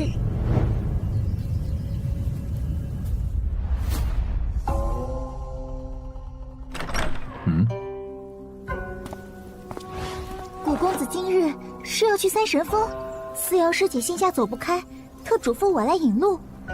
天元阁各峰虽各有各自的禁制，但阁内也有不少公共的区域，毕竟弟子们也只能拜入其中一峰。如此一来，大家也需要有学习其他东西的地方，比如主修武道的弟子当中也有一些想学正道或者丹道，主修丹道或者正道的也需要修炼一些武道傍身。而这三神峰就是一个面向天元阁众弟子开放的，可供众弟子获取资源的修炼圣地。这天元阁倒是很看重弟子的各项能力，如此看来，能一跃崛起至威胁到各宗也不奇怪了。古公子，我们到了，这里就是三神峰了。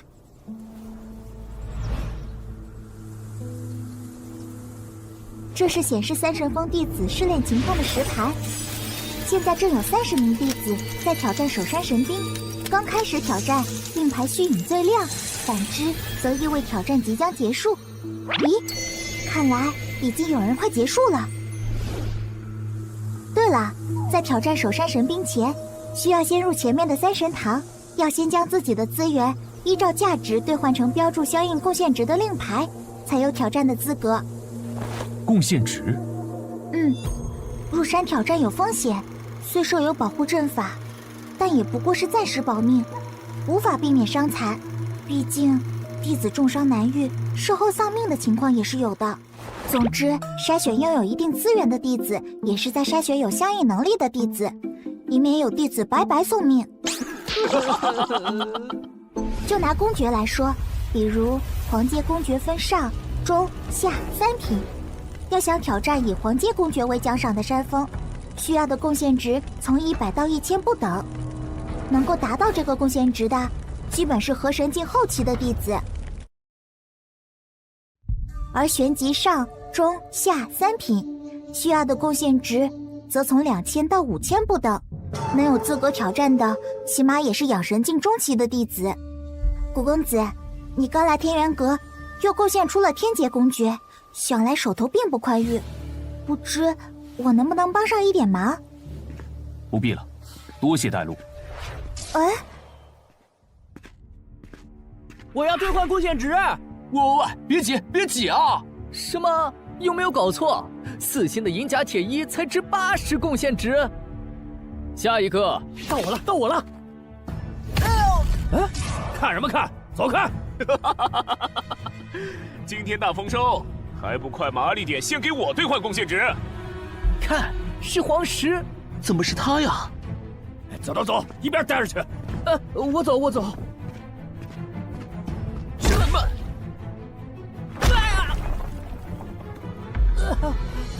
都安分点儿，别不识好歹。这黄石真是越来越嚣张了，真倒霉。嘘，忍着吧。听说他那寒冰掌又长进了，谁敢得罪他呀？快算！是。喂，好好算，要是敢少算一点，小心老子……啰嗦！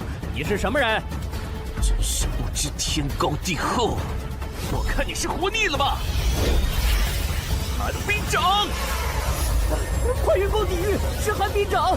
这刺骨的寒意，这掌法怕是已经升级为玄阶上品了吧？皇室这是要杀人呐！这就是玄阶上品公爵的威力吗？好恐怖！这寒冰掌是将浑身无形的天道之力凝聚于掌心，化为凌厉的寒意。不过太弱了。这外门弟子好大的口气！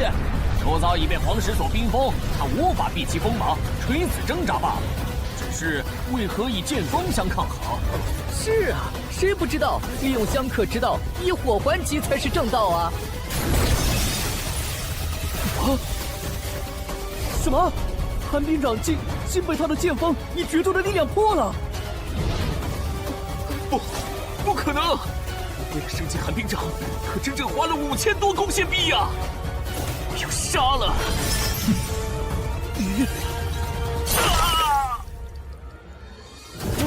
黄师兄，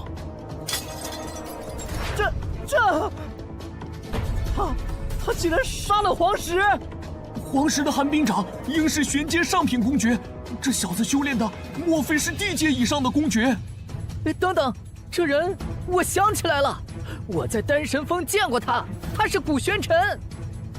古玄尘，他就是那个贡献出天阶公爵而加入天元阁的世俗之人。古公子你好，请问你是要兑换多少贡献值？挑战9名真水的守山神兵，需要多少贡献值？什么？这古玄尘竟要挑战9名真水的守山神兵？我承认他很厉害，但未免也太胆大包天了吧？是啊，就连我们天元榜上实力排行前8的天剑师兄都不曾去挑战过。关键是他当真有那么多资源去兑换贡献值吗？够，还是不够？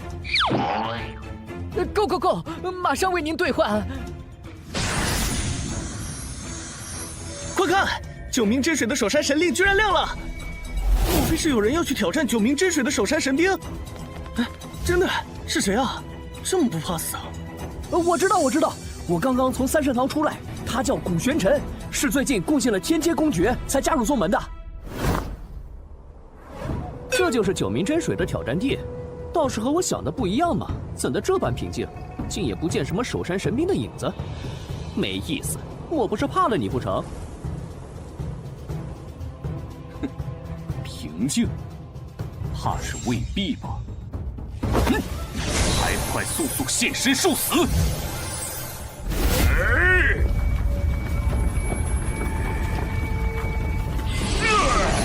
嘿嘿，小子，看来你已经把这家伙激怒了，不太妙啊。这东西虽速度尚可，却没什么出招技巧。那么，剑诀！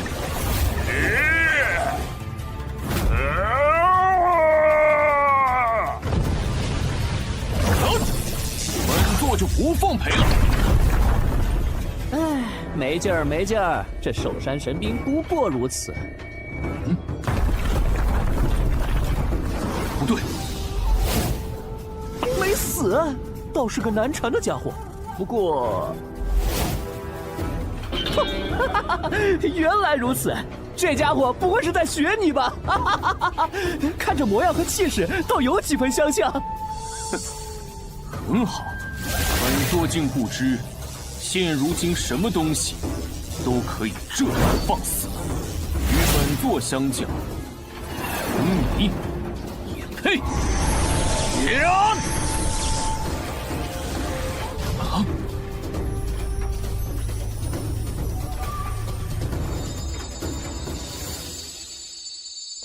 那座山不对劲儿，明明在结界内，怎会如此震荡？是啊，难道就连先祖的结界都稳不住那守山神兵了吗？这是怎么一回事啊？试炼时限是1个时辰，虚影光芒消失，则表示时辰已到，试炼终止。坚持下来的人便可以带着奖励出来了。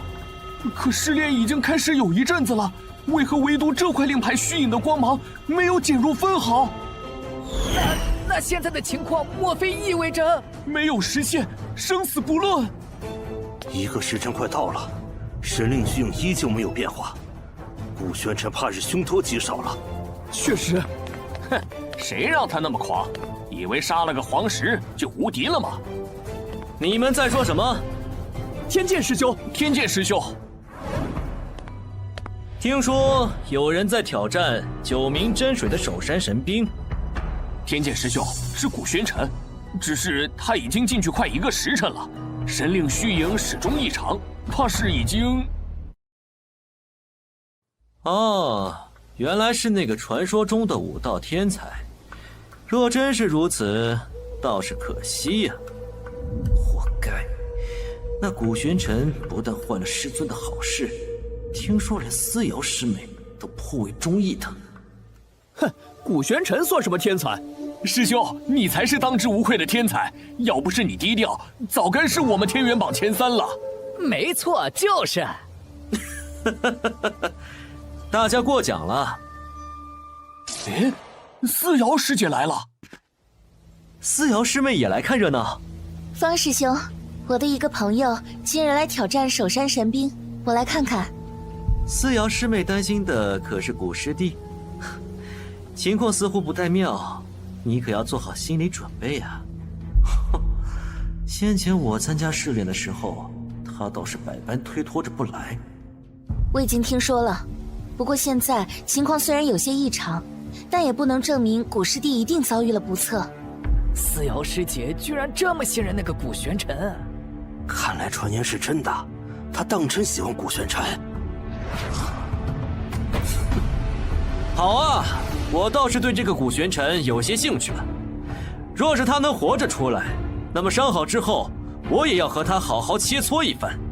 天剑师兄不是要参加南域神会，何必在此处浪费时间？无妨，反正也不差这一时半会儿。今日我就看看他究竟有多大的能耐。方才，本座分明就快要解决了那守山神兵，这星辰天机图何故要多此一举，让本座进到这里面来？星辰天机图内的一切又都消失了，这场景如同先前吸收了九幽天火一般。等等，莫非星辰天机图是想吸纳守山神兵？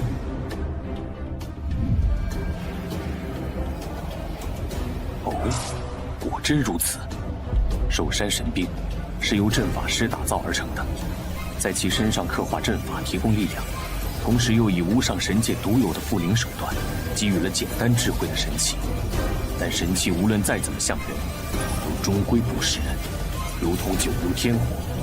这守山神兵在星辰天机图这里，不过是可以提供力量的死物。如此看来，他被吸纳也不让人意外了。不过，本座倒是好奇接下来的变化。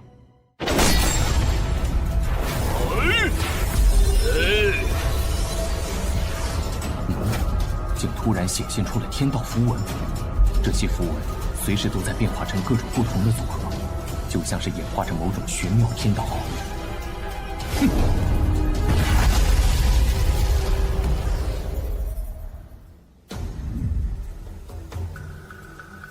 一个时辰已经到了，古公子为何还未出来？思瑶师妹，时辰已经到了，依我看，这古玄尘怕是出不来了。我去找牛峰主。听说有弟子还没出来。牛峰主，丹峰弟子古玄尘尚未出来。自先祖设下结界以来，从未出现过这种情况。若里头的阵法运转出了问题，可就糟了。不过幸好先祖还留下了启阵阵盘，助我开启结界。是。喂，这世道也未免太不公平了吧！你这家伙的灵魂之力本就逆天，刚从星辰天机图内出来，居然又更强了。方才在星辰天机图内，本座的法相似乎有了变化。若不是时间有限，还要去九明真水，本座定要好好再感悟一番。哼，抗议！那是。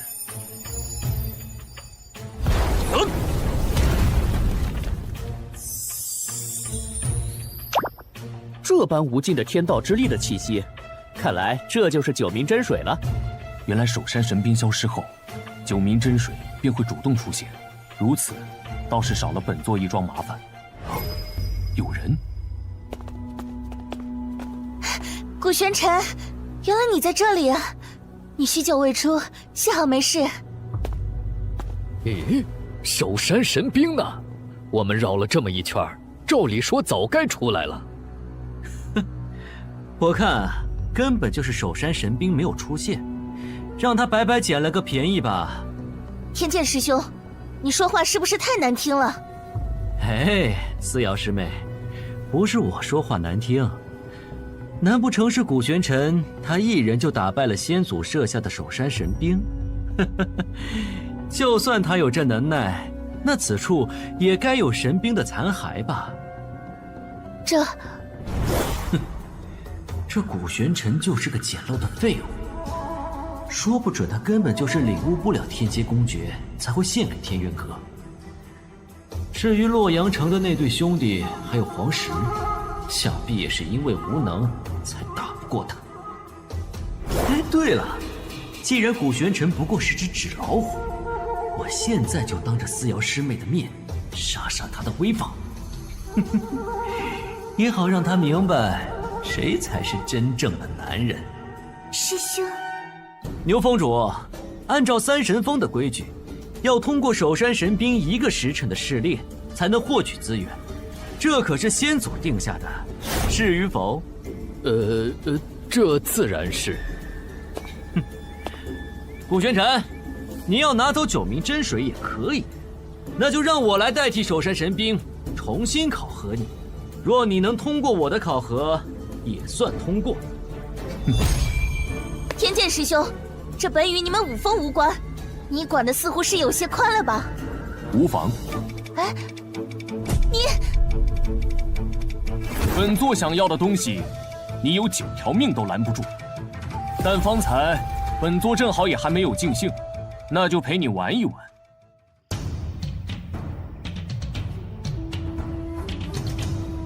听说是守山神兵没有出现，天剑师兄便提出要亲自加试一场。难怪古玄尘在里面待了那么久还好好的，遇到天剑师兄，我看他还怎么狂。古玄尘，既然我是代替守山神兵来考核你，我自当是要全力以赴的。当然，你要是现在怕了，认输求饶也还来得及。废话真多，开始吧。蠢货，要的就是你这句话。大家听着，在这场考核中，若有死伤，后果自负。是风云13式，这可是书中所在的正宗绝技之一。这不废话吗？天剑师兄也是挑战过首山神兵，好不容易拿下这本公诀的。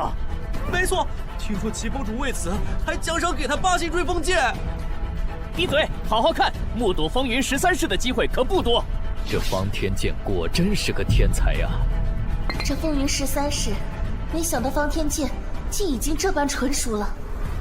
哼，想不催动精神法相就与我交手，你也太狂妄了吧！顾玄尘，现在你就是我的笼中之物，将你千刀万剐，让思瑶师妹对我刮目相看。就这，简直不堪一击！什么？哦？啊！不好，这是什么情况？天剑师兄的风云13式居然如此不堪一击！不愧是古公子，这怎么可能？这个顾玄尘竟然害得我在思瑶师妹和众师弟面前这么丢脸！你们懂什么？一定是天剑师兄心软，有所克制。他可是天元阁的天才之一啊！有道理，毕竟古玄尘是思瑶师姐的师弟，天剑师兄自然要爱屋及乌。顾玄尘，方才我不过是想探探你的底，不过接下来我可要认真了。哼！发誓！天剑师兄祭出金身法相了！顾玄尘，现在就去死吧！本座以为你有什么底牌呢？原来是特地来送死的！什么？这是九幽天火，可古玄尘一个入门半月的新弟子怎会使？天剑师兄是天才，他若能打败天剑师兄，便是天才中的天才，半月能练出，倒也不足为奇了。九幽天火，乃是冥界精华凝聚而成的天火，虽对灵魂有着比其他天火更强的克制力。但若对手的实力足够强横，一力压制，倒也能够强行冲出来。可现在，天剑师兄明显已经开始力不从心了。可恶！我本想祭出法相，叫他灰飞烟灭，居然反被他困住。若此时突破，我为了南域神会苦练震天诀多年，不得不压制境界不突破的努力就功亏一篑了。可一旦法相受损，我也非同小可。哎，天剑师兄，这是要突破！若不借助突破境界时的天道力，引导金身法相回归本体，天界的金身法相便会被古玄尘的九幽天火所炼化。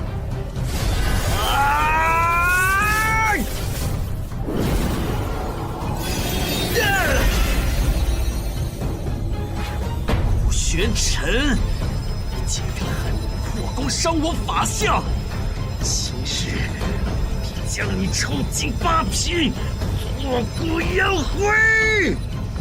天剑师兄努力了这么多年，就为了南域神会，可现在不但功亏一篑，连法相金身都被古玄尘重伤了，这个仇算是结大了。等等，你们看！啊！落败之犬，大言不惭。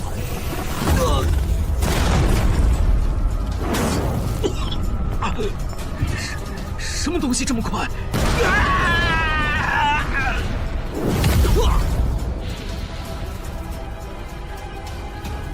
古玄尘他竟然杀了天剑师兄！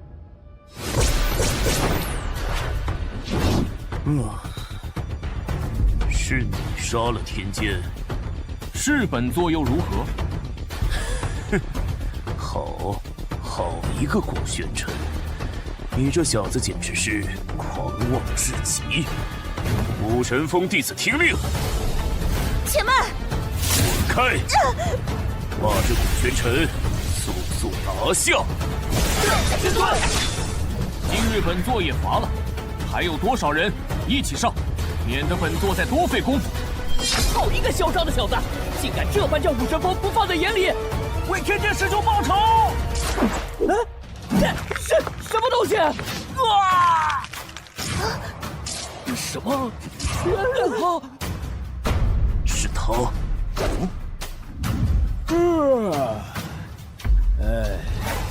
谁？是谁在那里？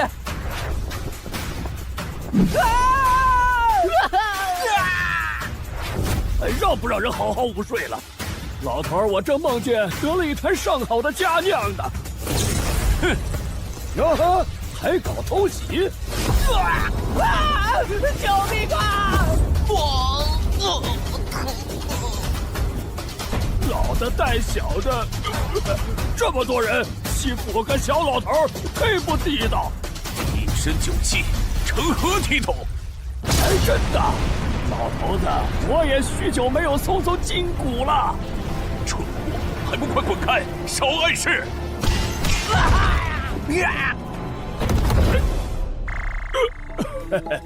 果然，好酒打完架再喝更香啊！真让人火大。原来是缥缈峰的那位长老，难怪这般随心所欲。是啊，他竟出手了。秦长老，您是为了古师弟的事情来的吧？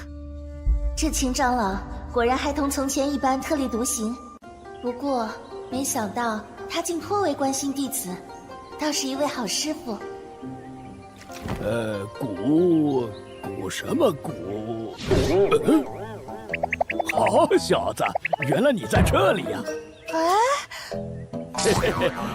上次的好酒早喝完了，赶紧再给老头子我弄些来。原来是我想多了。秦三班，你少装糊涂！你的弟子古玄尘杀了天剑，难不成就这么算了？你杀的？他说的可是真的？是。啊，知道了。所以呢？齐峰主，这场比试本就是天剑师兄主动提出要代替守山神兵考核古玄尘的，而且说了生死不论。你若不信，牛峰主也在，天元阁在场弟子也皆可作证。确实如此，因为9名真水的守山神兵似乎是出了一些纰漏，天剑便提出要亲自考核古玄尘。哎，我好像是听到天剑师兄这么说了。我也是，不过谁能想到他真的打不过这小子？方天剑这个蠢货，本以为他教训这小子绰绰有余，还想着事成之后他继续参加南域神会，为我争夺资源。师尊放心，不过是个不知天高地厚的臭小子，就交给我了。如今反被古玄尘这刚入门的小子杀了不说，还留下了画柄，真是无用至极。叽叽喳喳的，甚是烦人。嘿嘿，小子，你也这么觉得吧？好酒不等人，嘿嘿，老头子，我可不陪你们这些人耍了。哎，师尊，他们怎么走了？一群没用的东西，闭嘴！走。齐峰主，武神峰愿赌服输，果真一诺千金。好个古玄尘，好一个丹神峰，走着瞧。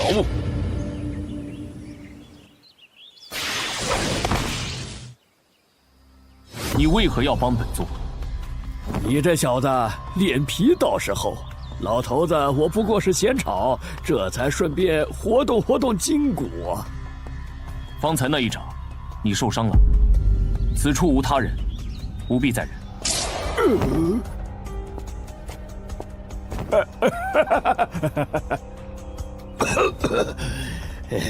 许久不活动筋骨，没想到那老东西又长进了几分。说来，你小子是什么时候看出来的？你本不必插手，武神峰的人，本座从未放在眼里。老头子，我向来不喜欢管闲事儿，但小子，你这脾性颇合我的胃口，我便提醒你一句：今日你实在不该如此锋芒毕露。毕竟，你若死了，老头子我可喝不上那般好酒了。嘿嘿，先前那坛才不过刚尝出些滋味便没了，可还有啊？啰嗦！哦，你这伤，祭酒3日。这小子！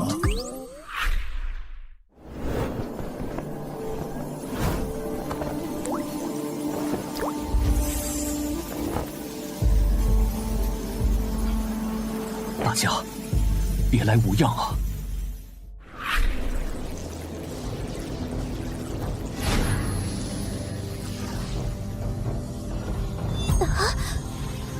我的身体，我不是在做梦吧？我好像有知觉了，这是怎么回事啊？所以，天元，你的意思是，我们现在是在古公子的小世界，是小萌将我们的元神收集了起来。抱歉，小萌虽然集齐了大家的元神碎片，但是没有办法帮大家恢复人形。这有什么？没想到我们还能再度相聚，我还以为自己死定了呢。是啊，小萌，我们还没感谢你呢。看此地灵气如此充沛，想来师尊如今身在无上神界，必然一切顺遂。等等，可是我们不是无法再修成人形了吗？哇，原来不是在做梦！好疼！师兄，你又干什么？我知道了，是古公子。莫非他真的去了天元阁，找到了那宝物？大家都醒了，身体可还有何不适？古公子，真的是你！古公子，师尊，太好了！想不到我们还有重逢的一天。主人，小萌还可以再见到你，好开心啊！古公子，你是如何拿到那宝物的？天元阁的人可有为难你？无碍，不过是有只不知死活的苍蝇，解决它略耽搁了些时间。古公子，那你现在还在天元阁之内？没错，本座杀上无上神界，便是为了寻那祭天宗的关山月报仇。如今虽大仇得报，你们也都苏醒，但本座受人之托，在此还有一事。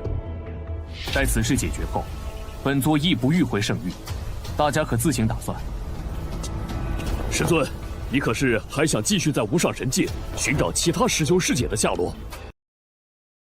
当年，本座武道、阵法、丹道、占卜无所不能，培养出无数青云大陆绝顶高手，却因封闭，久久未能突破炼气境，滞留青云大陆万年。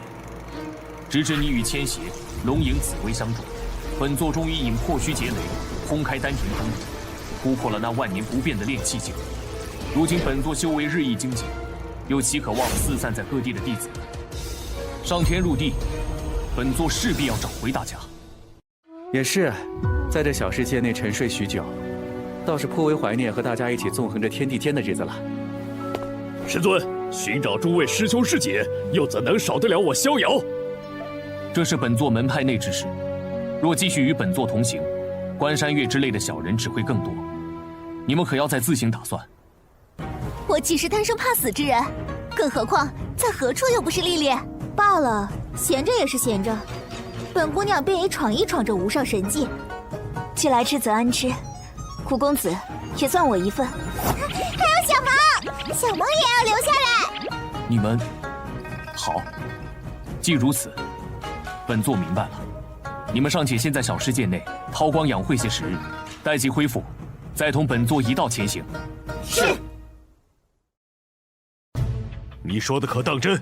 古玄尘拿到了9名真水，还轻而易举地杀了方天剑。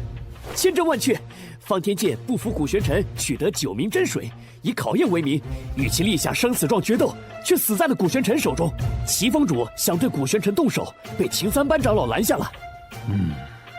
秦三班，原本他收古玄尘为徒，我便颇感意外，没想到现在又管起闲事来了。对了，命你调查那古玄尘的来历，可有结果了？这说来也奇怪，除了能查到那古玄尘来自洛阳城，其他的一概没有线索。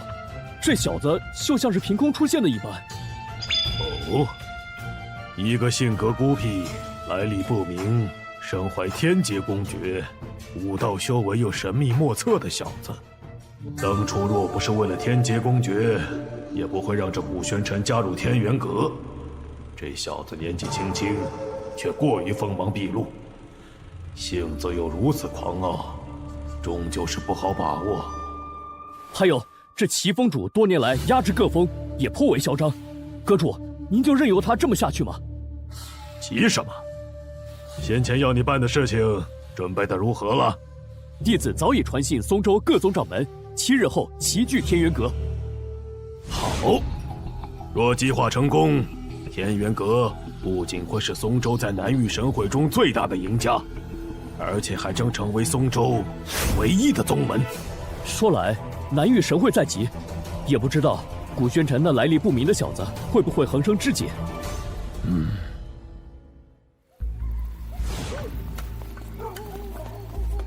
哎呀，一处宗门荒山罢了，有何好夜夜巡视的？我看就是折腾我们。哎，困死了，赶紧吧，巡完也好交差。哎，哦，那是什么？今日你杀了祁连空的徒弟方天剑，可说来奇怪，那祁连空睚眦必报，难不成他当真就此放弃了？放弃？本座倒并不觉得。喂，那你不回丹神峰，莫不是在这守株待兔吧？与其时时提防躲在暗处的老鼠，倒不如给他个机会送上门来。哼，来了。哦，原来这老鼠还送来了些替死鬼。发生了什么？这动静为何这么大？天罡阵！第一敌气不说，这可是咱们天元阁用于绞杀叛门之徒的阵法。这小子是谁啊？为何会惹上这奇人？这阵法太恐怖了！师兄，这天罡阵很强吗？严格来说，是很可怕。此阵法一旦形成，7个摄阵者会发动密集攻势，其配合堪称天衣无缝，让人难以专心破阵。且阵心也会随机在其人身上转移，速度极快，且有置换之力。被困者抵抗高压攻势，寻找破绽的精神力越强，天罡阵阵心对其产生的置换之力便也越强。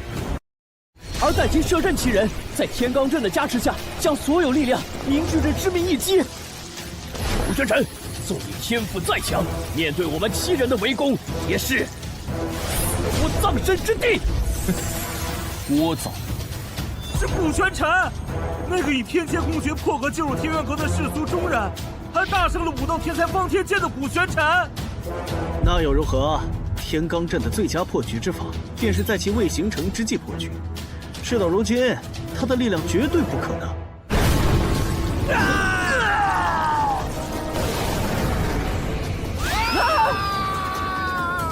错了，这小子究竟是什么逆天的存在啊！你终于露面了，刚好，本座的耐心也就到此为止了。刚才一瞬间，我倒觉得杀了你有些可惜了。知道这古玄尘轻而易举就杀了我辛苦栽培多年的首席弟子时，只是觉得他不过是个颇有天赋的狂妄小子。但方才亲眼看见他是如何破解了天罡阵，并瞬间杀死了7个人，才发现此子倒是比我想象中的有些能耐。哼，今日三神峰之事，洛双江又岂会不知？那胆小鬼却没有半点动作，看来是对你有所忌惮。他怕你，我却不怕。顾玄尘，是谁派你来天元阁与我作对的？你未免也太高看了自己。本座之事，岂是你这种蝼蚁鼠辈配知道的？哼！死到临头还如此狂妄，现在可没有秦三班护着你。法相，如何？现在老夫可配？不知死活的蝼蚁，竟敢在本座面前放肆！该死！哼！哎！顾玄尘，你以为我不知道这是超凡诀吗？龙形的剑光的确少见，但遇到我，哎，也不过如此。你当众杀我武神峰首席弟子，害得我在天元阁众人面前颜面尽失。若不是秦三班出手，你还能站在此处与我一战？哼！现在你以为刀俎下的鱼肉？任我宰割！顾玄尘，受死吧！哎！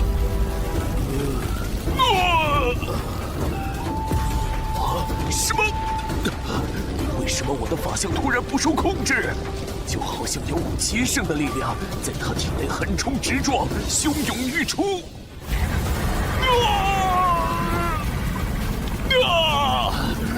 我的法相精神！好了，本座也该送你上路。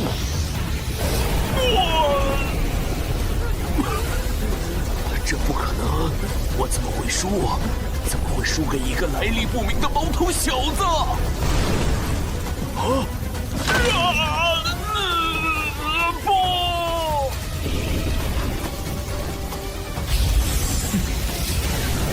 还不快给本座滚出来！哈哈哈哈！竟能挡住我这一击！顾玄尘，你这后生倒是不错。原来是你！螳螂捕蝉，黄雀在后。这天元阁内一个个都想要你的命。顾玄尘，你看看你自己，还真是不讨人喜欢。找死！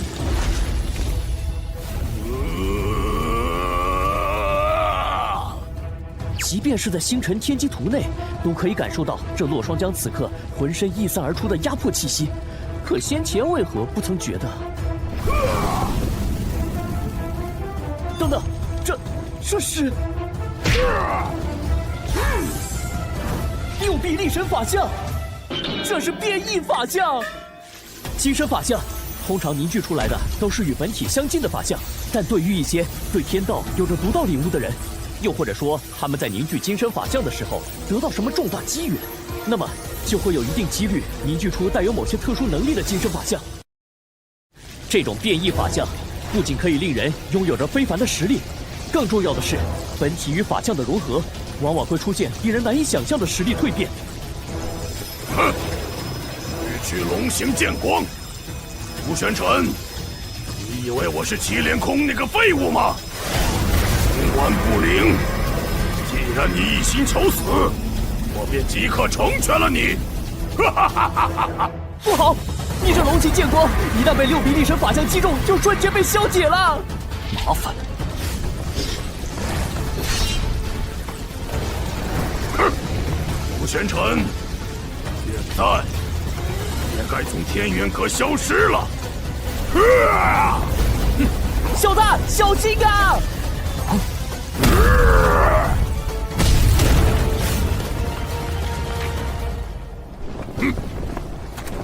阁主，这顾玄尘已死，需不需要弟子处理下此处痕迹？不必。丹峰弟子顾玄尘与武神峰峰主祁连空两败俱伤，与此处同归于尽，明白了吗？是。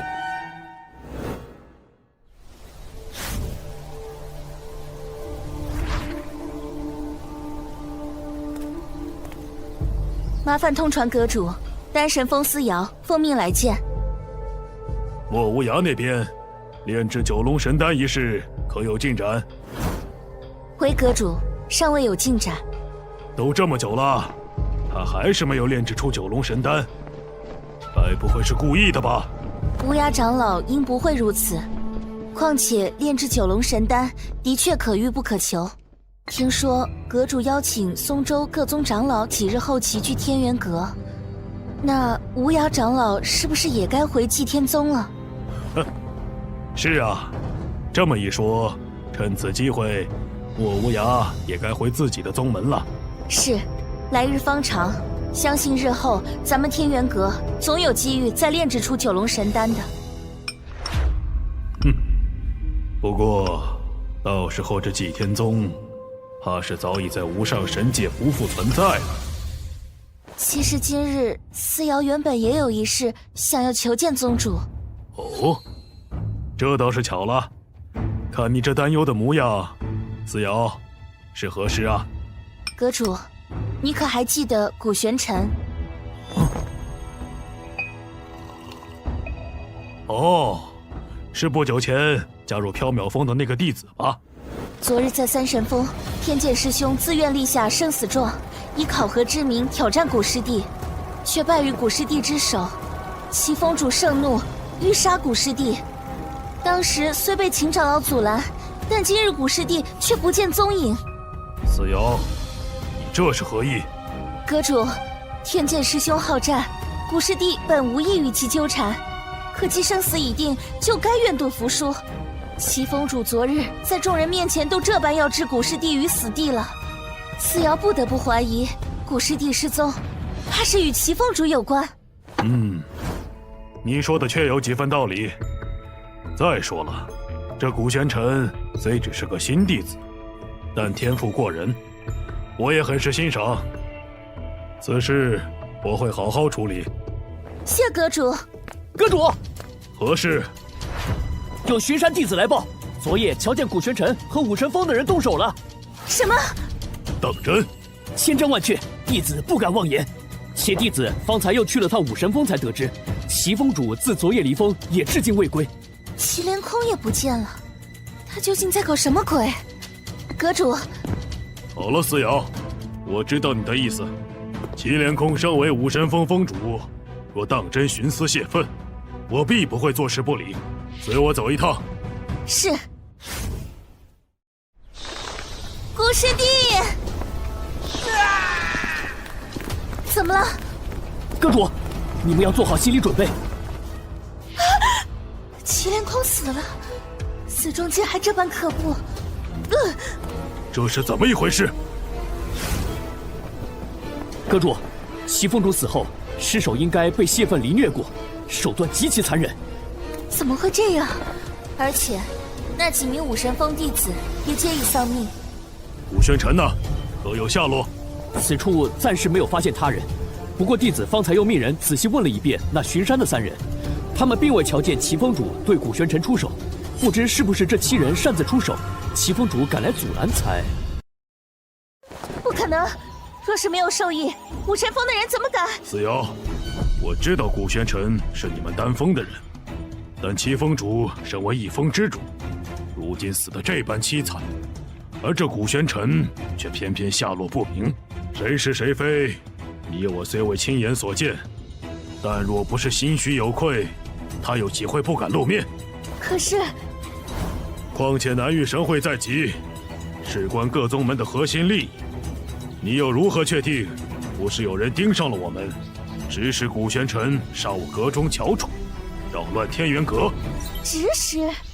放心，我相信此事与你们丹峰无关，毕竟这古玄尘才入门没多久，来历也甚是不清。不过我既是阁主，也不能有所偏颇，为了天元阁，也为了给武峰一个交代。思瑶，对这般手段残忍的人，我们断不能不明不白地将他放过。古公子他深不可测，又与无涯长老相熟，我确实也曾怀疑过他的来历。现在他为何突然消失了？难道真的像宗主说的那样？思瑶，知道什么，是吗？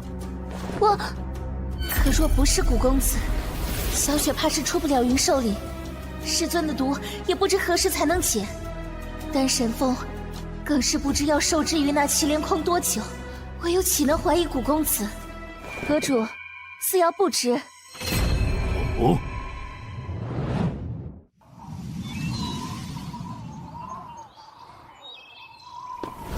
阁主，弟子不明白，古玄尘已死，您为何还要命人那样处理祁连空的尸体，还演戏给他看？更何况，您信这思瑶所说的吗？哼，你觉得呢？在此处守夜的人，可发现有何异动？并无。其实他说的是真是假，倒并不是最重要的。最重要的是，古玄尘这小子锋芒太甚，又不可控。哼，倒是得感谢祁连空这个蠢货，易怒无脑。这望烟峰深不见底，早年间接二连三坠崖的弟子长老，皆生不见人，死不见尸，此地才荒废为荒山。他又中了我法相一击，都这么久了，这古玄尘绝无生还可能。哈哈哈哈哈！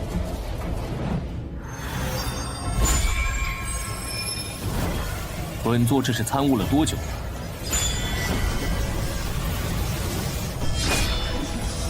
哦，哼，原来如此。没想到本座竟从落霜江变异法相的天道之力中，参悟出了当初那守山神兵捶打出的符文所含的天道。先前在星辰天机图之内，本座所见的，原来是这样。小子，那落霜江怕是在他先师的教导下，花上了数月才悟得变异法相中的天道。你竟在坠崖之际触类旁通，才短短几日就悟得了。哈哈，落霜江本想以他的变异法相杀你，没想到阴差阳错之下，竟助你参悟。若他知道了，怕是胡子都要气歪。哼，让他多活些许时日，已是本座的恩赐，而今日，他的死期也该到了。感谢诸位，为了我们松州的未来，不远万里齐聚我天元阁。南域神会是整个南域修炼界最大的盛会，听闻其余各州的实力又比往年增进了不少，我们松州必须更加谨慎应对。因此，在这届神会正式开始前，我天元阁除了对本阁弟子进行多番试炼，也决定邀请各位宗主长老携参赛弟子前来我天元阁切磋学习。如雪呢？哎，莫师姐刚才还在这儿。这天元阁内不见古公子的身影，也不知道他和爷爷怎么样了。哟，这不是祭天宗的莫如雪吗？啊？你不和祭天宗的人在一起，独自一人在此处干什么？难不成有什么不可告人的目的？是那日随祁连空来带走爷爷的天元阁弟子，如今我在天元阁不宜招惹是非。喂，莫如雪，你敢无视我，找死！是谁？今日天元阁邀请各宗门前来，来者皆是客，不得无礼。哼，你们丹神峰也配来管武神峰的事？我是管不着，但若阁主知道你在此生事，你可担得起此责？你，哼！多谢姑娘出手相助。莫姑娘不必多礼，请问莫姑娘的爷爷可是祭天宗无涯长老？你是？莫姑娘放心，我是天元阁丹神峰弟子思瑶，师尊正是丹神峰峰主，与无涯长老有些故交。如今武神峰峰主祁连空已死，我奉阁主之命，正准备带你去见无涯长老。太好了，我可以去见爷爷。对了，可方便问问祁连空是如何死的？还有，思瑶姑娘认识一位叫古玄尘的人吗？古玄尘，这事说来话长，莫姑娘先随我去见无涯长老吧。啊，好。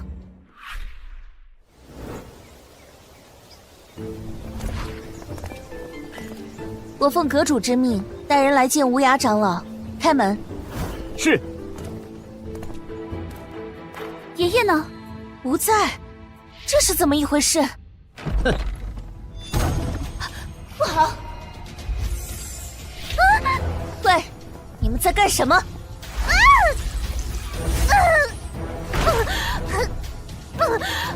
莫姑娘，没用的，这是丹房里的防御结界，连御魂境的长老都奈何不了。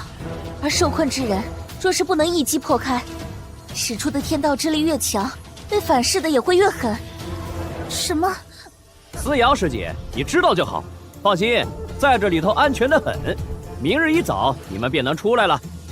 你们好大的胆子，竟敢擅自启动丹房内的防御阵法！我定要禀明宗主。爷爷呢？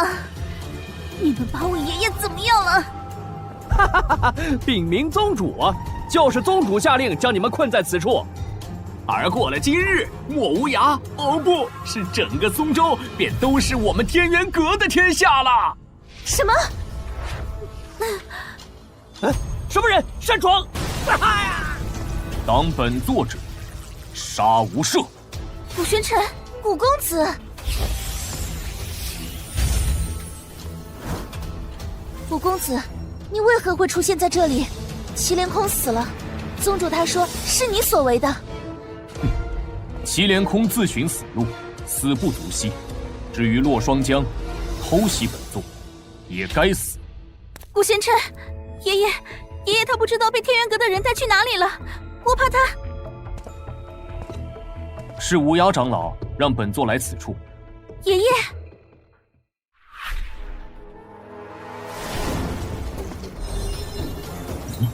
是思瑶先前给本座与无涯长老联络的那张符。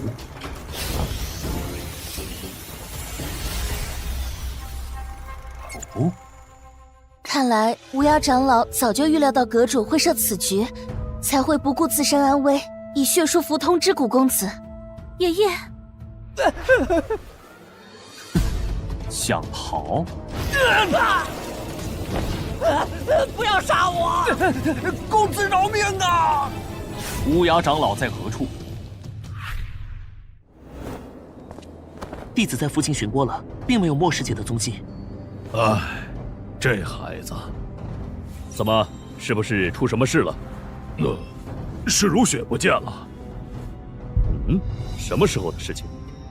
有一会儿了。不过宗主不必太过担心，光天化日的，应该不会出什么大事。这孩子想必是去打听无涯长老的所在了，我再让人去找找。怕是没那么简单。另外，老夫还有一事要宣布，此事与祭天宗有关。洛双江这是要耍什么花招？还望姬宗主给点个头。洛阁主客气了，不过你这话究竟是何意？还不快请人上来！我没看错吧？这不是祭天宗的莫无涯吗？没错，就是他。可他怎么和天元阁的人在一起？说来，方才姬长风露面的时候，我还奇怪莫无涯可是能炼制出九龙神丹的，如此场面怎么没有一道来？相信大家都知道，无涯长老曾炼制出九龙神丹，因此老夫便派人代表天元阁，邀请他前来切磋交流。想来也是天意，天元阁弟子思瑶顿悟之下，竟也炼制出了九龙神丹。什么？天元阁的弟子也炼制出了九龙神丹？一定是莫无涯传授的，否则一个小小弟子怎么可能这么巧就顿悟了？可从未听说祭天宗还有人能炼制出来，这莫无涯岂不是胳膊肘往外拐了？洛阁主，你究竟想说什么？如今无涯长老在我天元阁生活了一段时间，与我哥弟子颇为投缘。若是他有了新的选择，还望姬宗主不要阻拦。天元阁这是又要挖人呐！这哪是挖人啊？今日当着松州各宗的面儿这么说，这明晃晃在打祭天宗的脸，抢人啊！洛双江，你简直欺人太甚！王长老，哎，王长老误会了，老夫也不是喜欢抢人所难的人。这样吧，何不亲耳听听无涯长老怎么说？无涯长老，你可还想回祭天宗？若是想回去，我天元阁绝不阻拦。乌鸦长老，接下来就看你的选择了。刚才洛霜将威胁我，给我看的镜中之景李如雪受伤了，也不知道古公子现在有没有找到他。莫无涯怎么不说话呀？莫非他真想入天元阁？正所谓人往高处走，水往低处流。天元阁如今是松州第一势力，有什么可奇怪的？当然，你们在场任何一个门派，若是能吸引到我天元阁的人，他们想转投于你们，我们也绝不阻拦。毕竟强扭的瓜不甜。好，此话当真？谁啊？什么人？大胆！何人敢在此撒野？几日不见，连本座都不认得了。爷爷，玄尘！不，怎么可能？玄尘分明已经坠崖而死了。古玄尘，这名字为何听着如此耳熟？我想起来了，听说先前洛阳城有人一战闻名，且以天阶公爵拜入天元阁，那人便叫古玄尘。可这古玄尘怎么会和祭天宗的女子在一起？太好了，是古公子！爷爷，我还以为再也见不到你了。爷爷没事，如雪你怎么样？以后万不可这般冲动来寻我了。快看，莫无涯走向了古玄尘和那祭天宗女子。无涯长老，你这是何意？老夫年事已高，早已习惯了在祭天宗生活，这便是老夫的选择。怎么，洛阁主不会是要反悔吧？就我看，这位古公子与我们祭天宗颇为投缘，不如就加入祭天宗吧。哈哈哈哈！哦，好，原来如此，看来这古玄尘本就是你们祭天宗的人。我天元阁为了松州的发展，邀请乌鸦长老到阁内炼丹，你们祭天宗居然还派暗探潜入。洛阁主言重了，你既是为了松州，我们祭天宗又怎会派什么暗探？不过是强扭的瓜不甜，这位古小兄弟与我们祭天宗更为投缘罢了。哼！方天剑虽也曾打败过首山神兵，但在我看来，他在天元阁不过如此。你能打败他，也不算什么。哼！古玄尘，你背叛天元阁，今日就由我顾长青来清理门户。这是天元阁的镇道天才顾长青吧？据说他的六合阵盘、六道阵法环环相扣，生生相惜，凶险异常，就连我家师尊都不敢轻敌。与阵法师交手，最忌讳的便是个阵法师先行布阵的机会。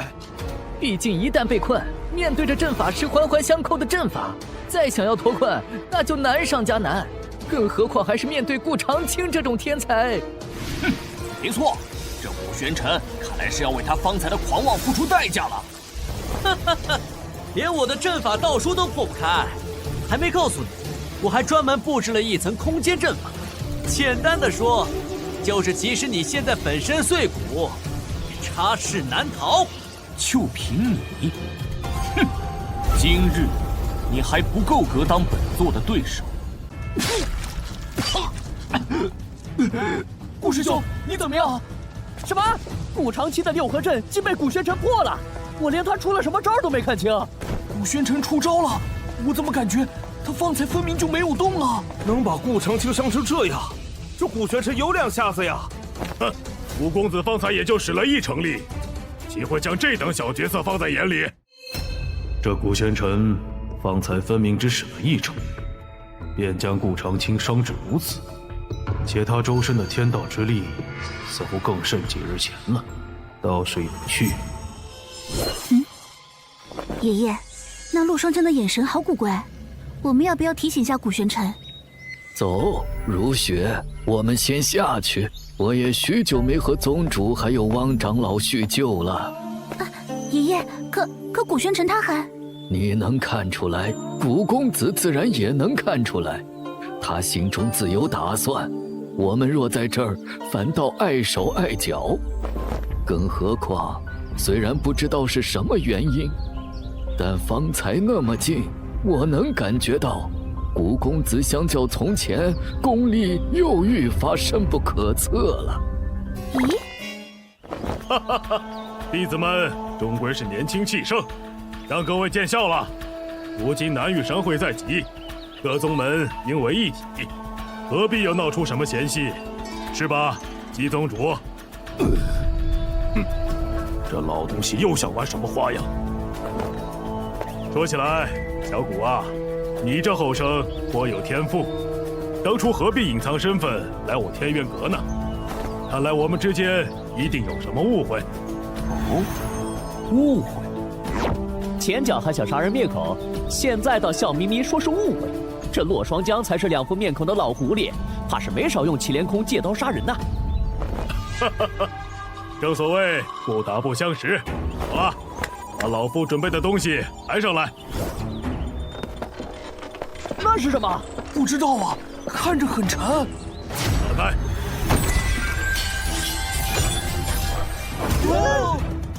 修炼之路，人们能记住的，永远都是真正的王者。各位都是青年才俊，因此老夫特准备了这箱宝贝。今日既是切磋，亦是选拔，意在选出最优秀的弟子，激励其令我们松州这次问鼎神会之冠。至于选拔规矩，很简单，抽签2-2对决。为节省时间，擂台上2场比赛将同时进行。那是6星的流星镖，我曾在珍宝册上见过。那把刀一看就不是凡品，与我店的回旋斩倒是相契。早便听说天元阁不乏各式珍宝武器，一看果然名不虚传。今日我定要全力以赴。小谷啊，你这等人才若是埋没了，当真是可惜。既然来了，便也应当有资格争取。那晚他竟大难不死，不仅破了我丹房的结界，救出莫如雪，刚刚还废了我阁中弟子武玄尘。这次老夫定不轻易放过你。这些东西，你以为本座看得上吗？哦，那你想要什么？我天元阁未必给不起。不是什么值钱的东西，只是本座恰好对你的这条命颇有些兴趣。我没听错吧？这古玄尘说要洛阁主的命，简直荒唐！他虽有几分能耐，但也太目无尊长，太嚣张了吧！古玄尘，我天元阁岂容你放肆！有种你我便来打一场！哈哈，小子，看来想杀洛双江，你还得解决不少绊脚石啊！哼，本座倒正好还想松松筋骨。既如此，本座便也来凑凑热闹，先陪你们玩一玩。宗主，无涯长老，这段时日委屈你了。形势所迫，宗主也实属无奈。而且在这天元阁中，有陈峰主、思瑶姑娘，还有古公子赵福，老头子我也算不上委屈。无涯长老，你这也算是归队了。说来，如雪你究竟去了哪里？又怎么会和古公子一起来的？宗主，汪长老，如雪擅自离队，回到祭天宗后定好好认罚。只是我实在是担心爷爷，便想打探些消息。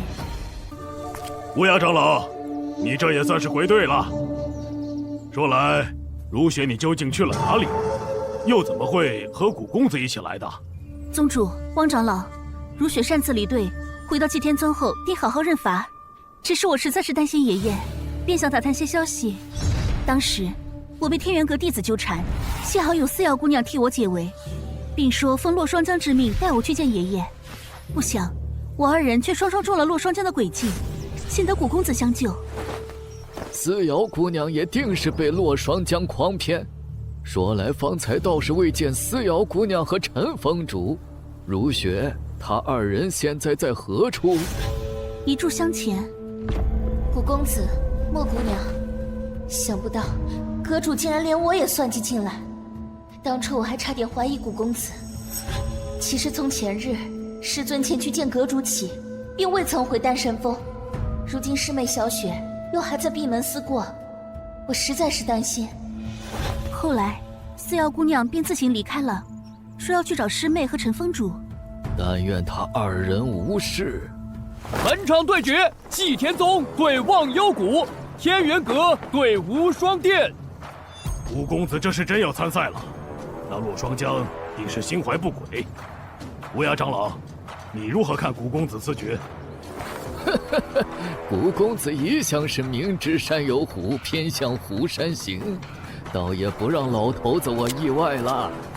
是啊，傅玄尘，保住你的小命！下一场，我可还要亲自替二位师弟报仇！我要让你死无葬身之地！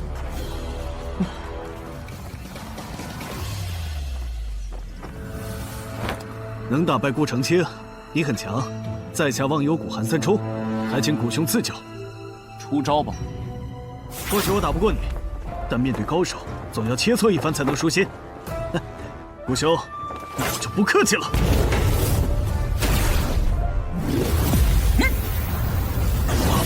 九幽天火！啊，这不是天元阁丹神峰的九幽天火？古公子何时会的这招？乌鸦长老，你可曾见过？先前倒未曾见过古公子使过这一招。他在天元阁上不足1月，不仅学会了九幽天火，且这道火竟还如此精纯，真是后生可畏呀！九幽天火最厉害，分明是不屑动用自己的法相极身。看来得使出全力，让古兄使出高招。快看，韩三冲使出了他的杀手锏。据说韩三冲的这招杀手锏爆发力极强，曾有其一人越境单挑多位御魂境强者的传说。啊，这是体相合击技。这韩三冲的本体以及金身法相，其实攻击力都不算强，但若是这两股力量撞击在一起，便会爆发出恐怖的力量。这便是历代修炼者领悟到的一门至强攻击手段——体相合击技。不过，这需要对两股力量控制入微，否则稍有差池，未曾伤敌，自己便会因为受到力量冲击的反噬而受伤。当然，若是能控制好其爆发出来的力量，从某种程度上来说，不会弱于一些御魂境后期强者的重击。这韩三冲为了挑战你，看来颇下血本呐。这样的手段，若是对上任何一个其他参加选拔的人，也许都会有着一定的先机。只可惜啊，遇到的是你小子这样恐怖的家伙。确实比刚才那个废物强了些许。可惜呀！一剑破万法。什么？爬到了天道之力。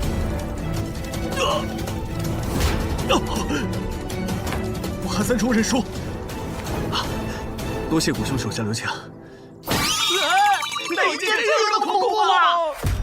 或许旁人难以感受到那一剑蕴含的天道奥义，但我能感受到，他使出之后，整个天地仿佛只剩下那剑芒，仿佛那一剑可开天，可辟地。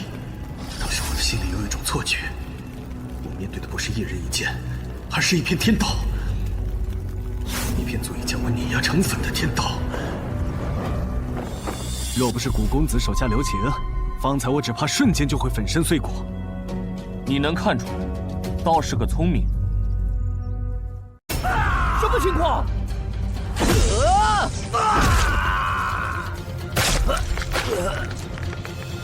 不是切磋吗？无双殿的人竟然死了！死状如此惨烈，那杨宗强下手也太狠了吧！上兵，上兵，上兵！其他门派尚且能选出10名弟子参加南域神会，这无双殿也就决出了5名。头名的哨兵现在还死得这般凄惨，真可怜呐！刘掌门见谅，晚辈也并非故意的，只是随意一出手，没想到这位兄台如此不堪一击。你，天元阁简直欺人太甚！哼，岂有此理！瞧洛双江这模样，这是默许了。罪过罪过，无双殿是近些年才发展起来的门派，因人丁单薄，更是分外珍惜人才。据说刘掌门还甚是看重疼爱这哨兵。10个无双殿都不是天元阁的对手，看来今日会有一场血雨腥风了。玄尘，你都看到了吧？现在跪下，朝我天元阁磕头认错。或许我会考虑留你条全尸。哎，那古玄尘也想嚣张，怎么面对杨宗强就不说话了？那是什么表情啊？莫不是瞧见方才那一幕吓傻了？好像是看死人的表情啊！哼，好啊，还敢无视我！今日我便要你粉身碎骨，神魂聚散！不死！啊！这是什么情况？好刺眼！快看，古玄尘和杨宗强都不见了！我看到了，刚才那结界似乎变成了一个漩涡，他们好像被吸入了那漩涡之中。各位，应是结界暂时出现了故障，不过无需惊慌，稍等片刻就能恢复正常。大灵盘阵，宗主，你说什么？是天元阁的大灵盘阵。入阵交手者双方，除了要彼此对抗，还要防御住这阵本身无时无刻、无处不在的凶险，堪称九死一生。即便是不死，元气大伤也都算是最好的结果了。想来这洛双江本就明白杨宗强不是古公子的对手，竟暗自对结界动了手脚，借天元阁弟子的命引古公子入阵，以此来赌一把。什么？赌？爷爷，那古玄尘会有事吗？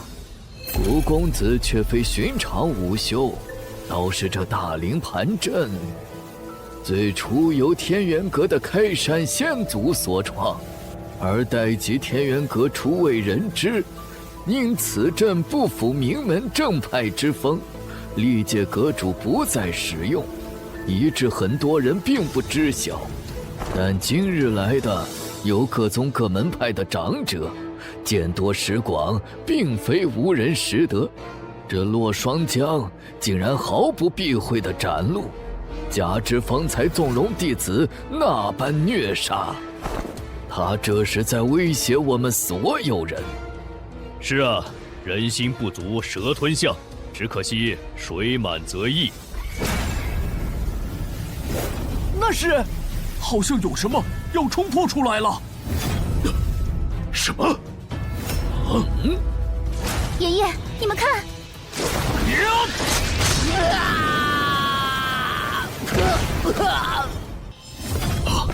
宗强，阁主，神魂已俱灭。刚刚发生什么了？不就是结界失控吗？杨宗强怎么死了？而且死状比起刚才的哨兵有过之而无不及不说，竟还落得神魂俱灭。是啊，哎，等等，古玄尘呢？看那里！方才本座不过是一时没有收住力，没想到天元阁的弟子如此不堪一击。古玄尘，你欺人太甚！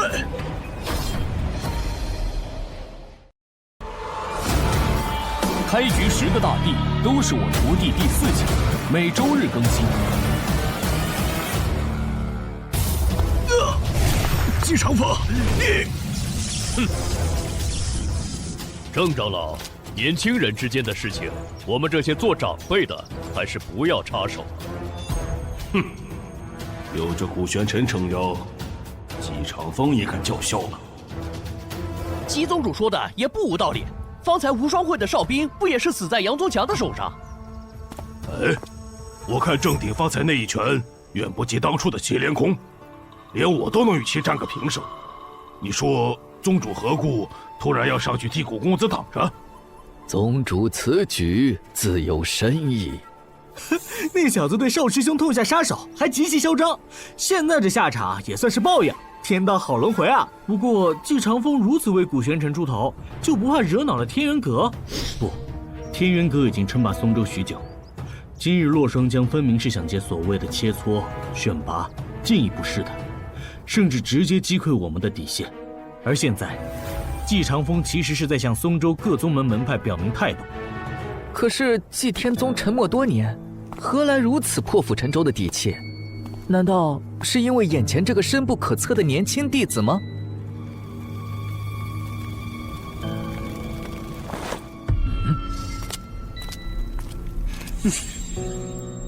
又是一个盯上你的，真稀奇！这家伙周身的天道之力竟然胜过了祁连空。哦，郑长老，退下吧。阁主，可是宗强他……退下。是。哈哈哈，方才郑长老也是护图心切，有小谷这等人才，乃是我们松州的福气呀。不过话说回来，小谷你连战2场也累了吧？不如先下去稍事歇歇。看来洛双江是怕古公子继续杀下去，会将他们天元阁杀得所剩无几。不过古公子又岂会给他喘息的机会？好啊。什么？毕竟这些不堪一击的，本座用来热身也确实甚是无趣。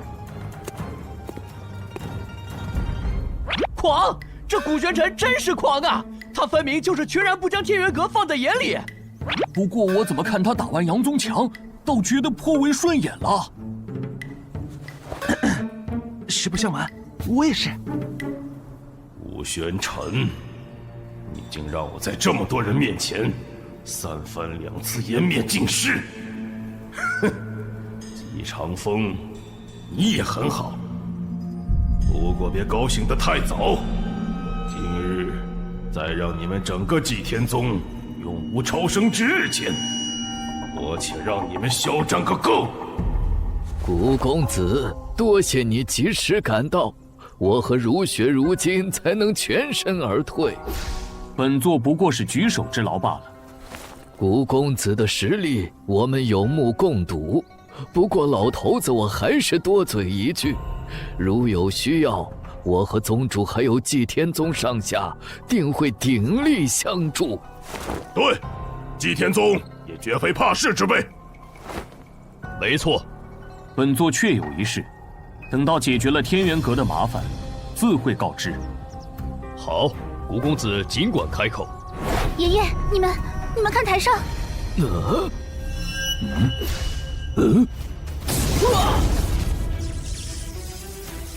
不愧是天元阁弟子中的第一高手苦海，那名绝命堂高手一招都没出完，直接就被震出了结界之外。好羡慕！若能与苦海较量一场，长长见识，我便是输也不枉此行。哎，这古玄尘真要对上苦海，怕是狂不起来了。苦海，我曾听思瑶姑娘提起过，她是洛双江的关门弟子。他仅以一战打破天元阁建阁以来弟子排行榜中榜首的记录，直至今日，无人可望其项背。苦海这个人我也早有耳闻，只是奇怪，此人如此厉害，关于他的事情传出来的却还没其他人多。苦海甚少出手，极为神秘，但曾有人猜测，在天元阁之内，他真正的实力仅次于洛双江一人之下。哼，难怪。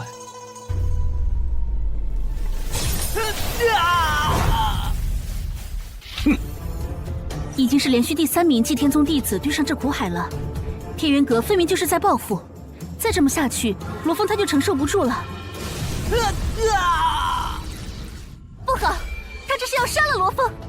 啊，这个混蛋！古公子，古玄尘，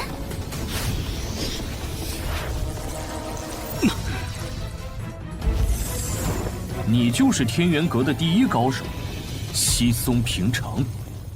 我承认这个古玄尘是很强没错，但他面对的可是苦海，这下古玄尘怕是嚣张不了多久了。唉，可惜了，好歹也是个午休天才。国师弟，他这是要挑战苦海。古玄尘，我们终于交手了。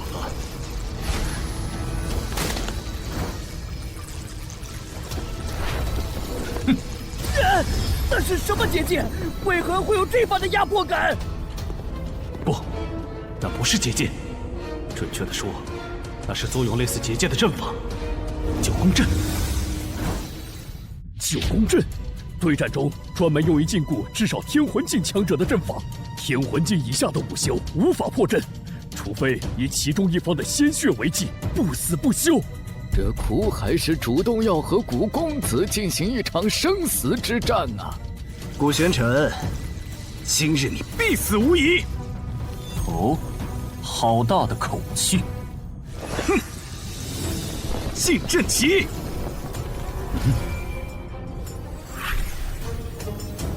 什么？苦海竟然使用了禁阵旗！禁阵旗，那是什么？众所周知，阵法乃是借天地之力而成，一旦天地之力紊乱，便无法成阵。而禁阵旗是一种特殊的存在，本身并没有什么攻击力，但却能在一定程度上搅乱一个空间中的天地之力。哦，这个听起来很厉害的样子。那是自然啦。不过这并不是说有了禁阵旗就不惧一切阵法了，因为一旦阵法形成了，禁阵旗也无法再超过阵法的力量去破坏原本的天地之力。这也是为何禁阵旗落下后，原本的阵法空间依然不受任何影响的原因。但接下来对方若还想要再在禁阵旗的空间中布置阵法，就是不可能之事了。原来如此，古玄尘，我知你洛阳城一战闻名，更知当初与你同进天元阁那女人之所以能破格入门，是因其阵法了得。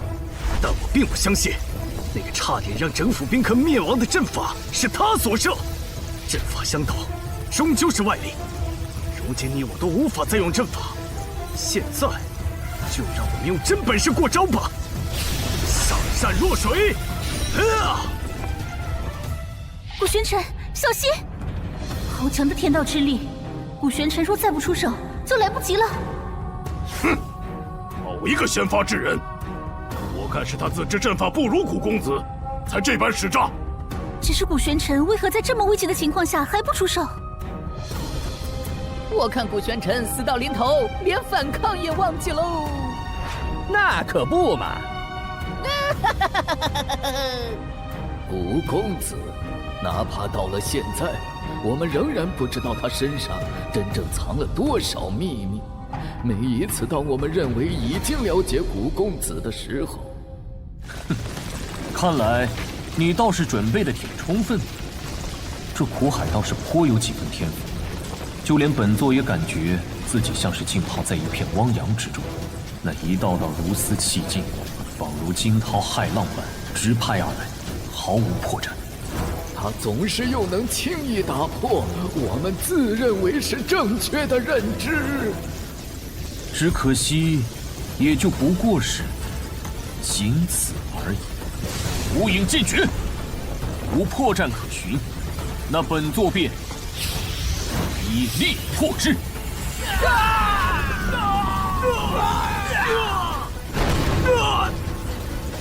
什么？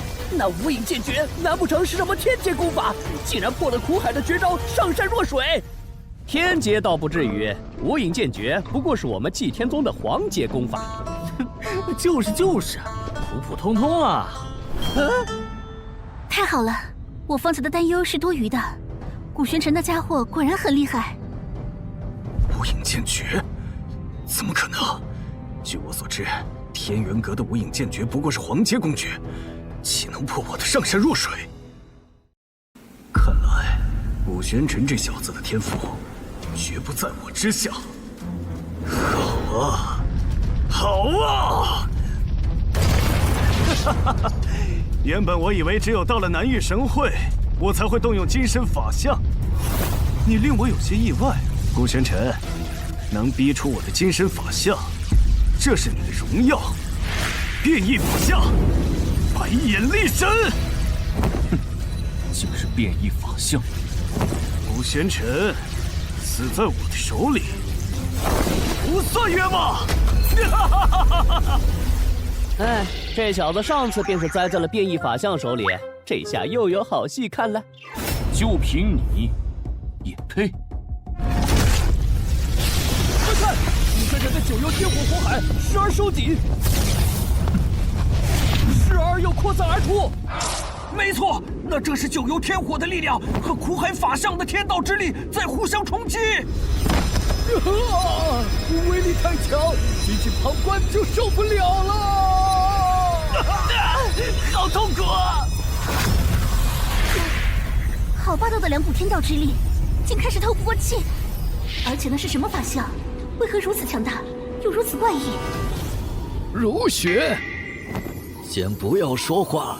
你的修为尚且无法承受他们二人战斗时逸散的天道之力，爷爷也只能助你支撑一会儿。爷爷，那个法相究竟是怎么回事？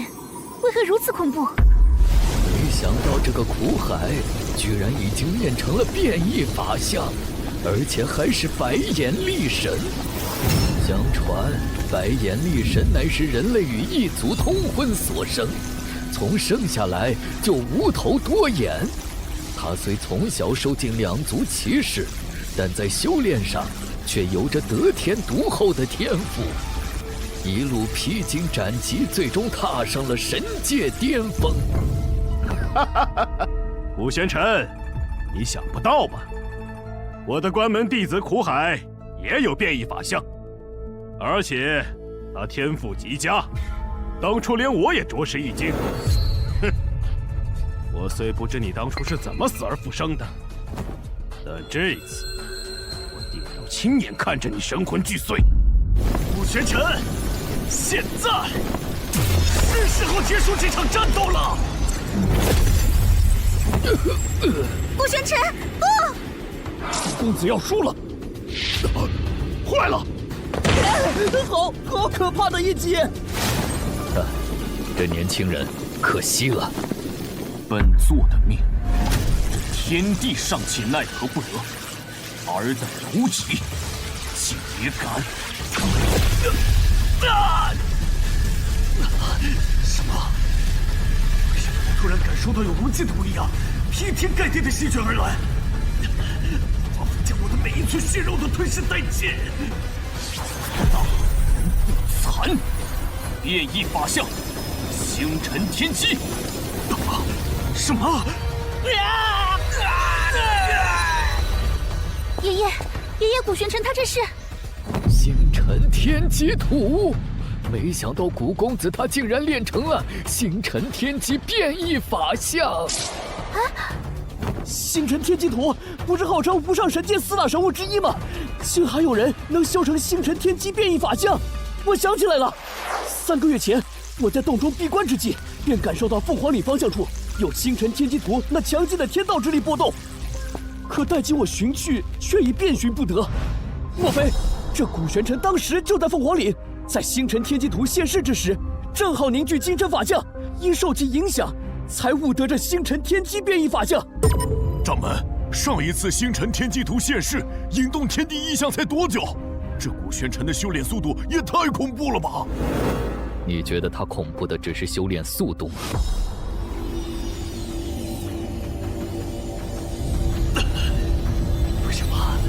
为什么古玄尘也有变异法相？其他这法相之力对我的法相有着绝对的天然压制，竟让我生出一种想要跪拜的冲动。古玄尘的变异法相尚未真正出手，竟就有如此威压，莫非他才是无上神界中天才中的天才？闭嘴！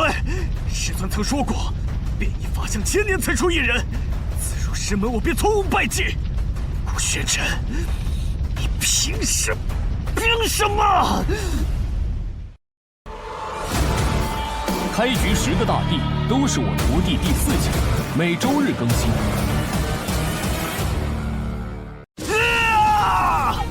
古玄尘，我要你死！哼，螳臂挡车，认命！快看，那片星辰好像在流动。这力量，为何我完全无法抗拒？不，这不可能！古玄尘，你究竟是谁？卑微的存在，也敢窥探本座的身份？不！什么？我没看错吧？苦海他进入了那片星辰里。准确的说，是有一股无法令他抗拒的力量把他吸了进去。那些星辰将苦海和他的力神法相强行分开了，还在不断轰击苦海的身体。哎，那为何不直接杀了苦海？难道是因为杀不了他吗？不，你看，苦海的白眼力神法相被诸多星辰包围了，而且那些符文好像正在涌入他的眉心。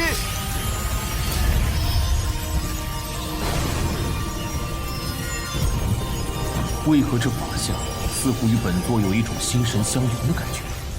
好啊，小子，你的星辰天机变异法相果真不同凡响，竟然还可以炼制神兵。原来是在炼制神兵吗？没错，这些符文正是当初真正的星辰天机图分解了天元阁的守山神兵后闪烁过的符文。看来本座的变异法相还承袭了星辰天机图的手段，倒是有趣。苦公子他实在太惊人了！九如神丹，星辰天机变异法相，苦公子的来历，或许这不是我们该好奇的。苦海他真的死了？是啊，原本趁着这次南域神会，苦海他说不准能够把天元阁带入另一个新的辉煌。苦海，自从他表现出过人的天赋，天元阁可就对他倾注了所有能给予的力量啊！没想到他居然死得那么彻底，甚至连他的力神法相都被古玄尘吞噬，炼制成了神兵。苦海，古玄尘，好大的胆子！我拿下他！这是不神结界！洛阁主，你这是何意？陆双江，天元阁弟子不敌而亡，你现在也要对我们祭天宗弟子，对如今我们松州在神会最大的希望出手？你是要开启宗门战吗？可以！古玄尘再三杀我天元阁精英弟子，是可忍孰不可忍！想不到这古玄尘竟然还拥有星辰天机变异法相，何惧他被我打落下悬崖，不过短短几日，怎么可能？哼！原本还想探探他的底细，现在看来，无论如何都留不得了。洛阁主勿急，比武较量，生死在所难免。如今苦海有这一难，我们也是深表遗憾。是啊，古玄尘表现出来的实力有目共睹，有他在，必能令我们松州这次问鼎神会之冠。没错，洛阁主息怒，古玄尘下手虽重了，但还是应该给他将功补过的机会。退一万步说，就算要处罚古玄尘，不如等到南域神会以后吧。还请洛阁主以大局为重。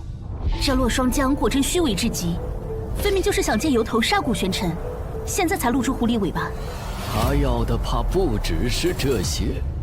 诸位，选拔已经结束，接下来便是天元阁与祭天宗的恩怨了。毕竟，祭天宗处心积虑地派人潜入我们天元阁，意图不轨，此事必须给我们天元阁一个交代。至于如何选择，就看诸位自己的了。看来天元阁此意是要彻底与祭天宗撕破脸，要我们表态了。洛阁主，好大的阵仗啊！不过祭天宗与天元阁也早该有个了结了，这一战我祭天宗硬了。祭天宗虽有古玄尘这般逆天的强者，但也未必挡得住天元阁众强者的合击呀。更何况他如今还困在那结界之中。没错，若站错队，万一祭天宗不敌，那我们可也要付出生命的代价。还是顾全大局为好。糊涂！你们以为今日退出就能明哲保身吗？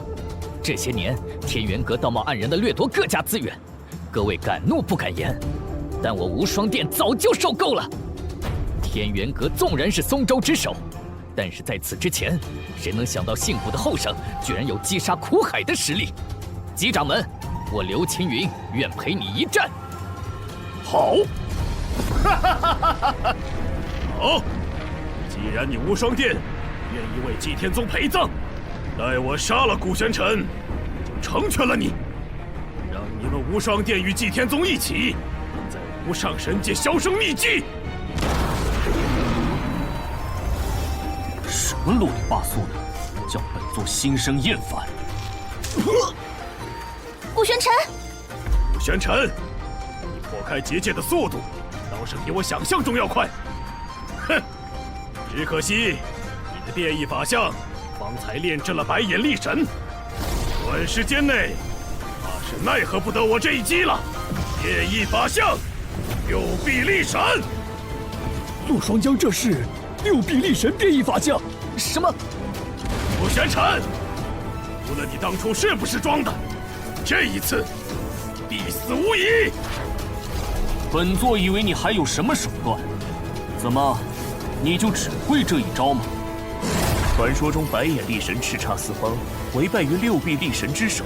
这古玄尘如此自傲轻敌，到底还是太年轻了。等等，这是方才星辰天机变异法相中的符文。原先苦海的力神法相并没有这么恐怖的力量啊！难道说，之前的星辰天机变异法相不仅将白眼力神法相练成了神兵，还赋予了他更强的力量？方才那一击，六臂力神法相连连败退，而这白眼力神神兵此刻则化被动为主动，迅速出拳了。看，六臂力神变异法相灵气暴涨，在蓄力了。那么，这一击究竟会谁胜谁负？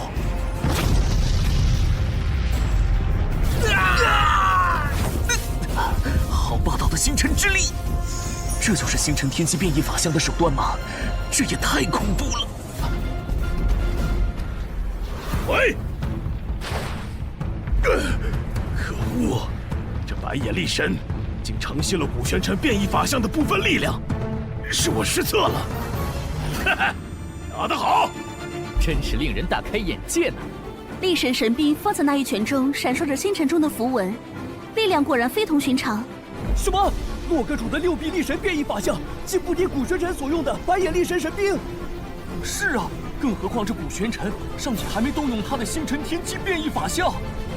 难不成天人阁当真气数已尽？陆双江，现在本座便赐你一死。哼！现在论胜负，怕是为时尚早吧？玄尘，看看这是什么？这是随时可以调动护送大阵的阁主令。你尔等也难逃一死，一个不留，全都给我留下命来！不好，速射结界！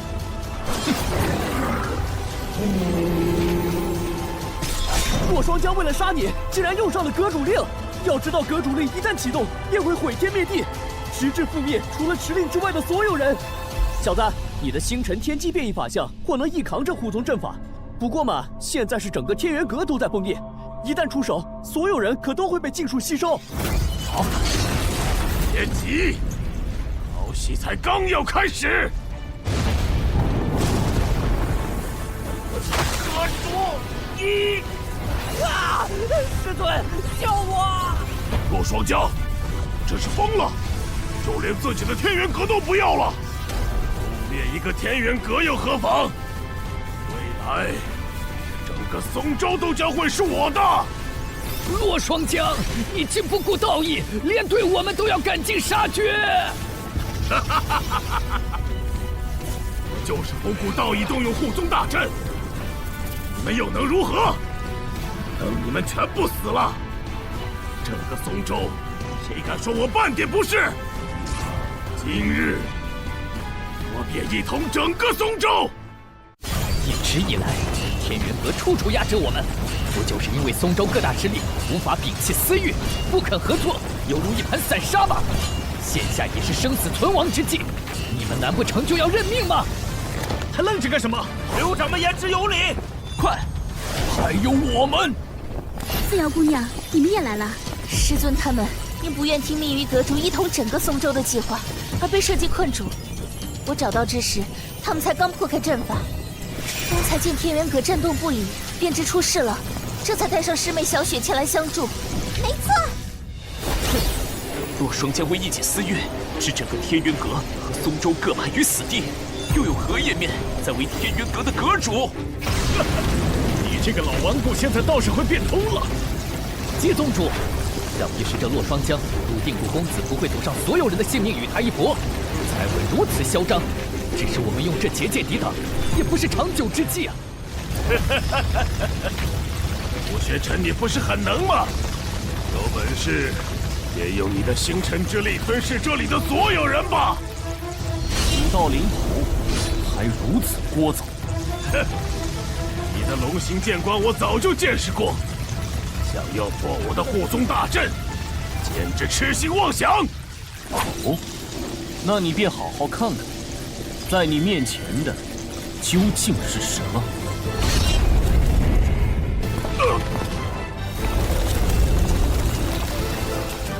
怎么可能？这是传说中的龙祖真身！龙祖真身现世了！顾玄尘，你放过我！只要你放过我，我就停下。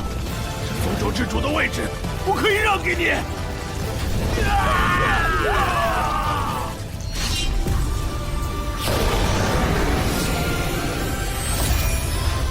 洛霜江，你该死！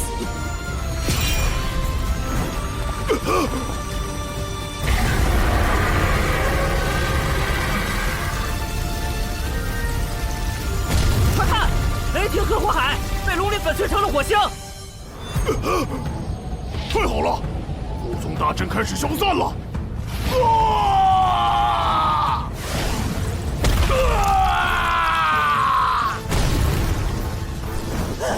得救了，是古玄尘救了我们。宗主，天元阁余孽皆已束手就擒，带上来。是。顾公子，我本无意与你为敌，是被洛霜江所逼迫的。对了，我知道洛霜江的藏宝处，愿以此换我一条命。至于其他人，任凭顾公子你处置。你这是什么意思？顾公子，你若能饶我一命，我愿将所有天元阁的公爵悉数奉上，其他人任凭你处置。顾公子，我也是，我愿做你们天元阁新的阁主。真是精彩！这几个平时趾高气扬的老家伙，还有今日。这些人若不是他们助纣为虐，怎么会有这么多人无辜丧命？现在居然还只想自保，真是厚脸皮！妖姐姐，他们这么过分，你拦我干什么呀？小雪，古公子自会处置。哦，你们当真愿意投靠本座？顾公子，我是真心愿意投诚的。是啊，是啊，只有顾公子你能放过我。洛霜江的藏宝处，那可不知有多少珍宝，这条件也太诱人了吧！而且天元阁好歹也是松州之首，公爵藏书自是1等1的。价值远胜珍宝。是啊，古玄尘再强，岂会嫌宝贝多？更何况还能撞个阁主当的。这古公子虽是英雄，但毕竟年少，钱财权势唾手可得，若有动摇，倒也难免。顾玄尘，你不是答应放了我们吗？是啊，难道你不想要那些宝贝了吗？本座何时允诺要放过你们？手下败将，也配与本座谈条件？什么？既然要说的都已经说完了，那现在，本座便赐你们一死。今日这番几经大战，又刚破了洛霜江的护宗大阵，这古玄尘未经调息，竟还能使出如此纯正强劲的天道之力。这古玄尘未经调息，竟还能使出如此纯正强劲的天道之力。他们都死了。这一场便要了几个天元阁峰主和长老的命，这古玄尘的实力实在是太可怕了。咎由自取，死不足惜。古公子，那些天元阁的弟子，您打算如何惩处？至于他们，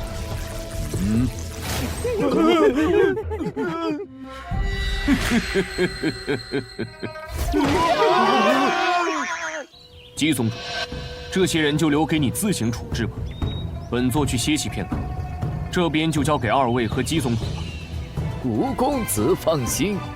好，古公子，这里就交给我们吧。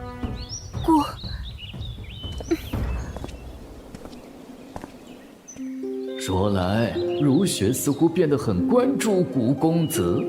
今日古公子与人对战之时，更是十分担忧。奇怪，他什么时候和古公子关系这么好了？哎，等等，如雪这孩子，莫非是对古公子？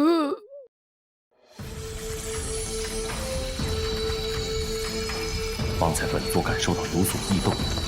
没想到竟是星辰天机图，在不知何时又吸收了洛霜江的变异法相，同先前的白眼力神法相一般，在这些符文的作用下，这六臂力神也开始被炼制为神兵。哦，倒是有趣，原本的断臂竟然又重新开始掌权了。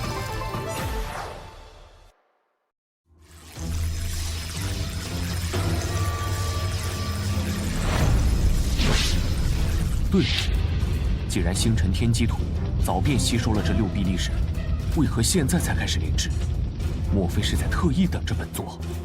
趁现在无事，那就让本座一探究竟。本应该属于金身法相的气息波动已经毫无踪影，有的只是体内那些流淌的字符。果然，当初本座虽通过洛霜江这六臂力神法相的意气，悟得这些符文，领悟变异法相，但倒是不曾注意，这些字符在流淌之际，还在不断演绎着各种阵法组合，且这些阵法竟可以自动凝聚天道力。喂，小子，你这运气可真不错，力神神兵永远忠诚于主人，如今就连称霸松州的天元阁阁主的变异法相都为你所用。说来，这尊六臂力神神兵体内流淌着的，似乎还是可以凝聚天道力的阵法，助其自行修炼呢。自行修炼，那倒是有些用处。经古玄尘一战，洛霜江死去，天元阁元气大伤。这曾称霸松州的第一宗门一时群龙无首，与祭天宗并宗。古玄尘被推举为新任掌门，他却以无心宗门琐事为由拒绝，退居幕后闭关。最终，姬长风继任掌门，各方势力纷纷道贺。拜见姬宗主。而那日，姬长风其实也并未诛杀那些曾听命于洛霜江、误入歧途的天元阁年轻弟子们，并给了他们一个改过自新的机会，与祭天宗弟子一道修炼。终于，一切都开始步入正轨。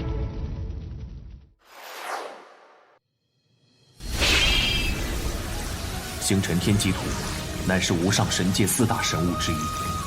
那日，松州众人虽以为本座是偶得机缘，悟出星辰天机变异法相，但再暴露于人前，也不免会有人猜测本座身怀星辰天机图，若引起一些蝼蚁窥视，甚是麻烦。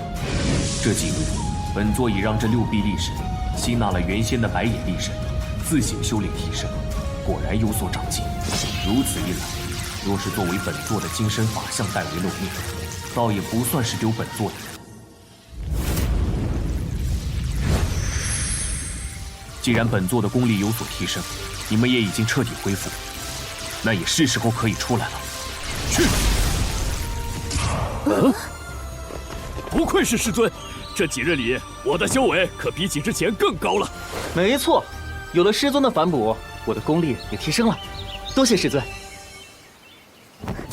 你可总算是想起我们来了。什么呀？你这么说，倒是显得我们一直在想着这家伙。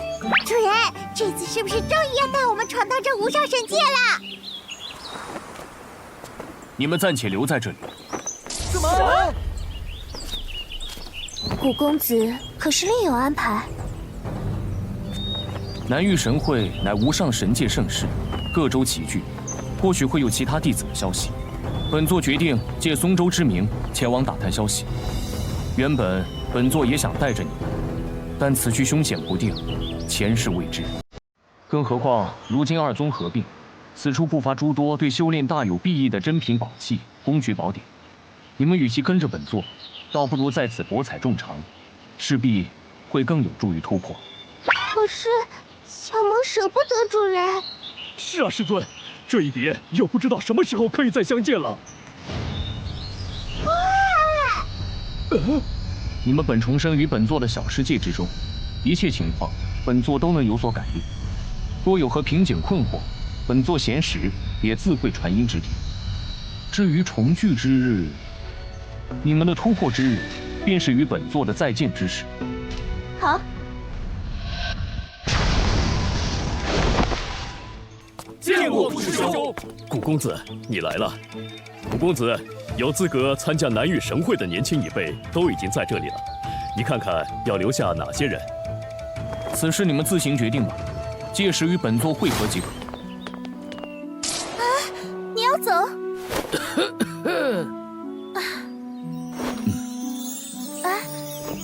没错，并宗事宜刚步入正轨，姬宗主不便离开，本座决定先行前往南域地心，探其究竟。原来如此。顾玄尘，那你何日离开？今日。今日？这么快吗？从松州方向进入地心区域，顾公子想必是会经过青龙州了。青龙州？没错，南域13州有一片公认的修炼圣地，方圆约有数千里，称之为南域地心。而青龙州则是最靠近这片区域的州。天元阁已经算是松州最佳的修炼之地，但是比起如今青龙州的边缘，也没强出多少。是啊，青龙州高手云集，不知会不会有像古公子这般的绝世天才横空出世。古公子，你此行须得万分小心呐。哦，如此，本座倒是更期待了。古公子保重！自古英雄出少年，我有预感，古公子此行将会震撼整个南域神会。确实。顾玄尘，顾公子，再见了。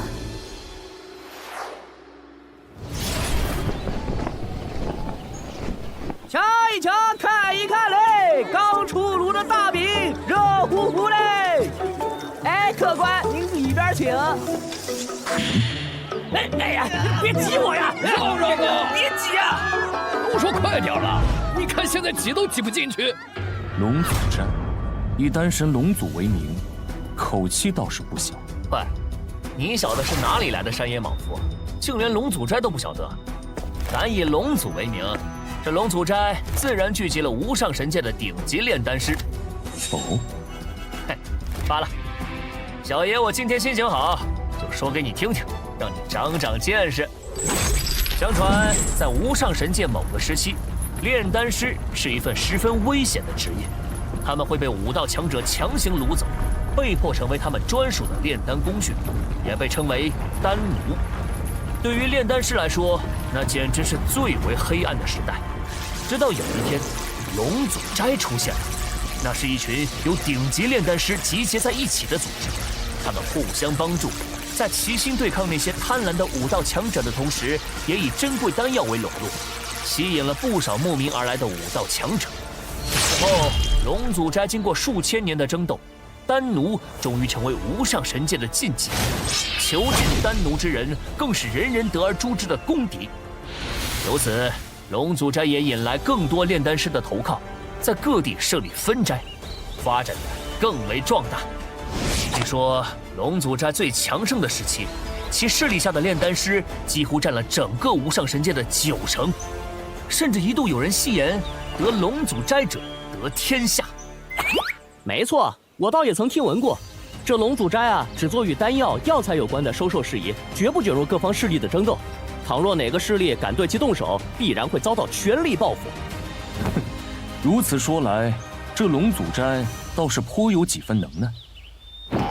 挤什么挤？这地都要被你们踩烂了！哎呀，那快让我们进去啊！我们也要买丹药、买药材。是啊，龙祖斋打开门做生意，怎么还不让人进啊？你们今日是来买丹药、买药材的吗？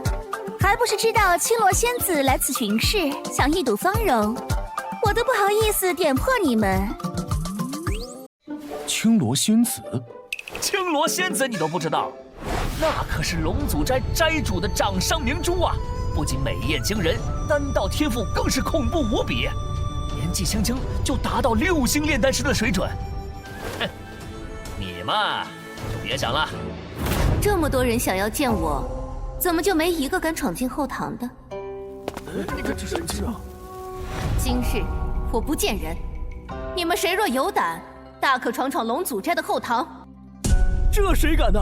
虽然现在硬闯进去能引起青罗仙子的注意，但只怕前一刻冲进去，下一刻尸体就被扔出来了。可不是嘛！挤在前堂可以说是买东西，若是闯进后堂，那可就是冒犯龙祖斋了。给你们一盏茶时间考虑，若是不敢，就请回吧，否则视为闹事，后果自负。青罗仙子，打扰了，我这就告辞。青罗仙子，告辞。这些人的胆量也不过如此。这青罗仙子美貌惊人，天赋卓越，背景深厚，岂是这些癞蛤蟆配得上的？挡在前面，找死啊！走开！青罗仙子，这是要单独邀请我进后堂一叙吗？哎呦，这不是那邻家恶少林海吗？是啊，他可是咱们天元城最不好招惹的人之一，还是赶紧躲开些。可好久没见过这么嚣张的家伙了，莫非真有几分能耐？碍眼的脏东西倒是无处不在。喂，你们两个，没看见咱们林少过来了？不想死就走远点儿。林海，你别太嚣张了。哟，原来是孙少呀！要不是你叫唤了一声，我还以为是有2条狗挡在路中间呢。还得是林少，形容的就是贴切。这孙狗一看就是怂货，不知道从哪儿找了条外来狗，才敢和我们林少叫板。你说什么？信不信我？我的嘴，我吐！若是嘴巴再不干净，本座倒是不介意直接废了你们的舌头。大的胆子，竟敢对林少出手！不长眼的东西！活腻了吧？喂，小心这家伙的龙恶之针，此针是他折磨人的手段，一旦中招，你浑身经脉不仅会被废，心神也会受到永久的损伤。休想逃得掉！今天我就要让你这杂鱼为自己的狂妄付出代价！这样的雕虫小技，也想伤到本座？什么？之针遇到他的灵气，竟然就被瞬间消解了！林少，你没事吧？得罪了林家，你死定了！有种报上名来！古玄尘，怎么是要跪拜本座吗？哇，古兄，在下孙文龙，方才有眼无珠，把你当成了山野莽夫，竟不知你这般厉害。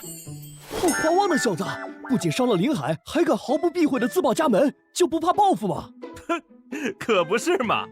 不过看那林家恶少吃瘪，倒是颇为痛快。就是，滚开！才是老子没防备，让你小子趁虚而入！再来！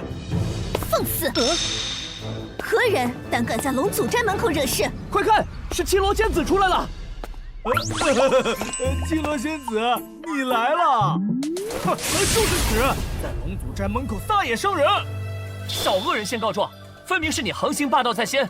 大家可都看到了，刚才是谁动手把我打伤的？当着青罗仙子的面还不承认，简直不把龙祖斋放在眼里！来人！呵呵，仙子的眼睛可是雪亮的，你们这2条不识好歹的野狗，就等着被丢出天云城吧！把此人丢出天云城。是。嘿嘿，今日一见，仙子果然不仅貌若天仙，更是明察秋毫啊！嘿，其实我2人仰慕仙子，闲杂人等不得在此逗留。也得是我们这些炼丹师和青罗仙子有共同语言。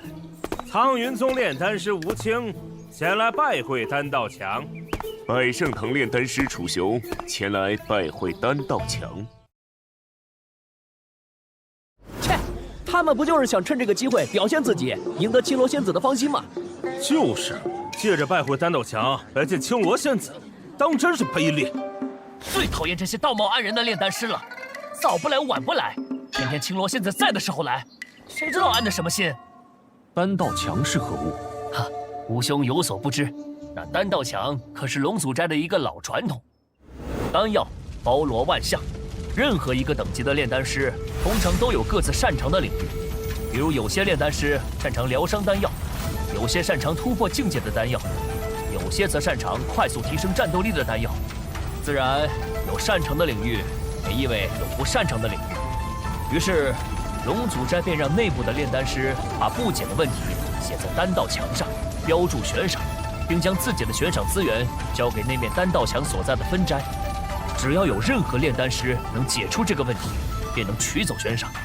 如此一来，丹道墙便成为一种促进丹道师彼此之间提升的手段。而解决墙上陈年已久的难题，不仅能获取好处，更被许多炼丹师视为一种展示自己丹道造诣的机会。随着时间越来越久，丹道墙上留下的问题也越来越难解了，甚至有些时至今日都无人能解。哎，不过也在情理之中嘛。无人能解，那本座倒想见识见识。哎，古兄弟，我还没说完呢，你等等啊！又是你们！刚才青罗仙子说的还不够清楚吗？你们也想被丢出天云城？不，是我这位兄台他走错了，我们现在马上就……丹道强在何处？你也是来挑战丹道强的炼丹师？你是何时在龙祖斋注册评星的？可有星级凭证？并无。没有来捣什么乱？我看你什么都不懂，就是来找麻烦的。来人！顾兄，你要挑战丹道强，还得先通过龙祖斋龙珠的评星考核，至少获取1星级的凭证才可以。2升龙吟。是个通过盘龙柱考核的2星炼丹师。我还有事要忙，今日算你们走运。识相的话就赶紧走吧。送客。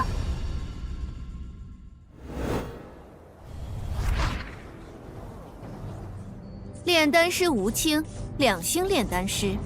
青罗仙子，其实在下本就是有资格挑战丹道强的1星炼丹师。方才见到仙子你，突然又对丹道有了新的感悟。这一试果然是提升了，想来仙子若能再指点1、2，进步应会更为神速的。下一位。修炼7年才从1星升到2星，吴兄，你这天赋还是不要急于青罗仙子了吧？我5年前可就是2星炼丹师了，现在少说也有3星。当真有龙祖的气息，虽然极淡。但能感受到，这股气息与本座当年同龙祖虚影交手之际，悟得的那龙祖丹道的奥义，似有共鸣。喂，你什么人？竟敢擅闯龙祖斋后堂，扰乱我评星！仙子，我方才没来得及拦住他。罢了，盘龙柱在考核之际，外人无法干扰，等结束了再处置此人。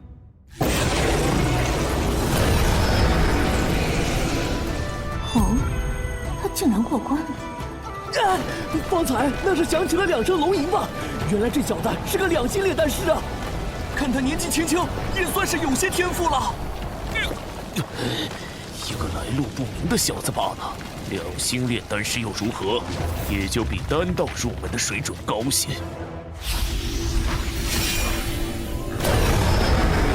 等等，第3声龙吟，难道说他已经是3星炼丹师了？啊！如此年轻的3星炼丹师，莫非他是个炼丹奇才？